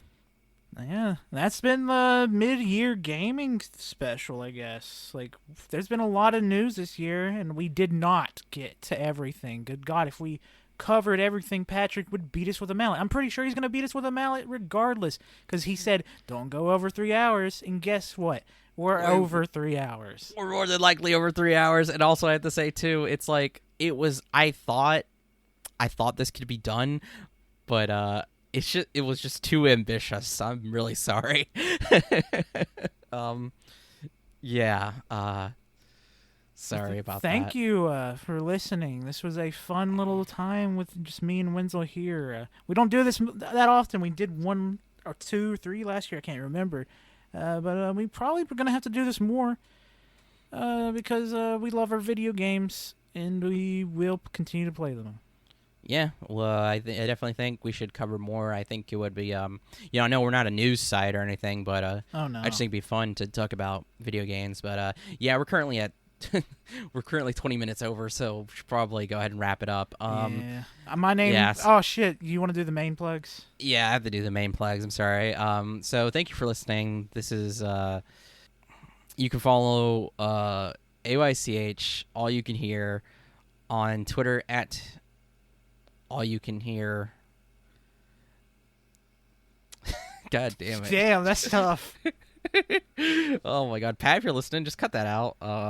Yeah, cut it out, Pat. Cut it out. Cut that shit out. Cut it out. Cut it out. Wow, I fucked that up. Okay, cut it out. So thank you for listening. You can follow us on Twitter at AYCH Podcast. Why couldn't I remember that? You can follow us. It's only been 5 years. Shut up. Can you do that? Okay, thank you. Follow us on Instagram at AYCH Podcast as well. You can go check us out on SoundCloud, iTunes, Google Play, Spotify, Overcast, more than likely wherever you can listen to podcasts. We're probably there. All You Can Hear. Leave us a like, a review, any feedback. Please, it helps us out. We do listen. Share us, please. We appreciate it. I should have they probably have some shit going on with Cajun Greatness. We don't know. They do not tell us shit what happens over there. We are an outside entity, essentially. Not really. We don't really know what's going on over there. They're kind of busy right now. I don't want to bother them. Yeah, they're in Magic City convention. I don't want to bother them. They're having fun. Don't worry about it. Oh gosh. Follow us on twitch.tv/All You Can Hear. Go to our YouTube channel. I want to say it's All You Can Hear as well. Yeah, something like that. I'm sorry. You don't have to hit the 100% there. You're good. And I'm Wenzel. Thank you for listening. You can follow me on Twitter at WenzelWilkie. You can follow my art Instagram at WorldOfWenzy. Follow my Bookstagram where I review books and talk about books and stuff at Wenzel Banters. Go to my store at... Did I really fucking forget my own store? Damn. Dude, that's your shit. You should know I know. Oh my God. Give me a second. Hold on. I cannot remember now for some reason. worldofwenzy.bigcartel.com. Jesus Christ. Please go to my store, check out my stuff. I have stickers and prints on there for sale currently.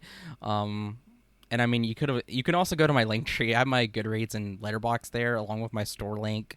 So it's all there. Thank you for listening again. My name Colt. Follow me on Twitter at ColtD00. This has been a gaming boom session. We boomed you with knowledge of video games. Thank you for listening. Good night. Farewell. Do you feel smarter? My brain's only getting more and more compact. Gamer. All right, bye-bye.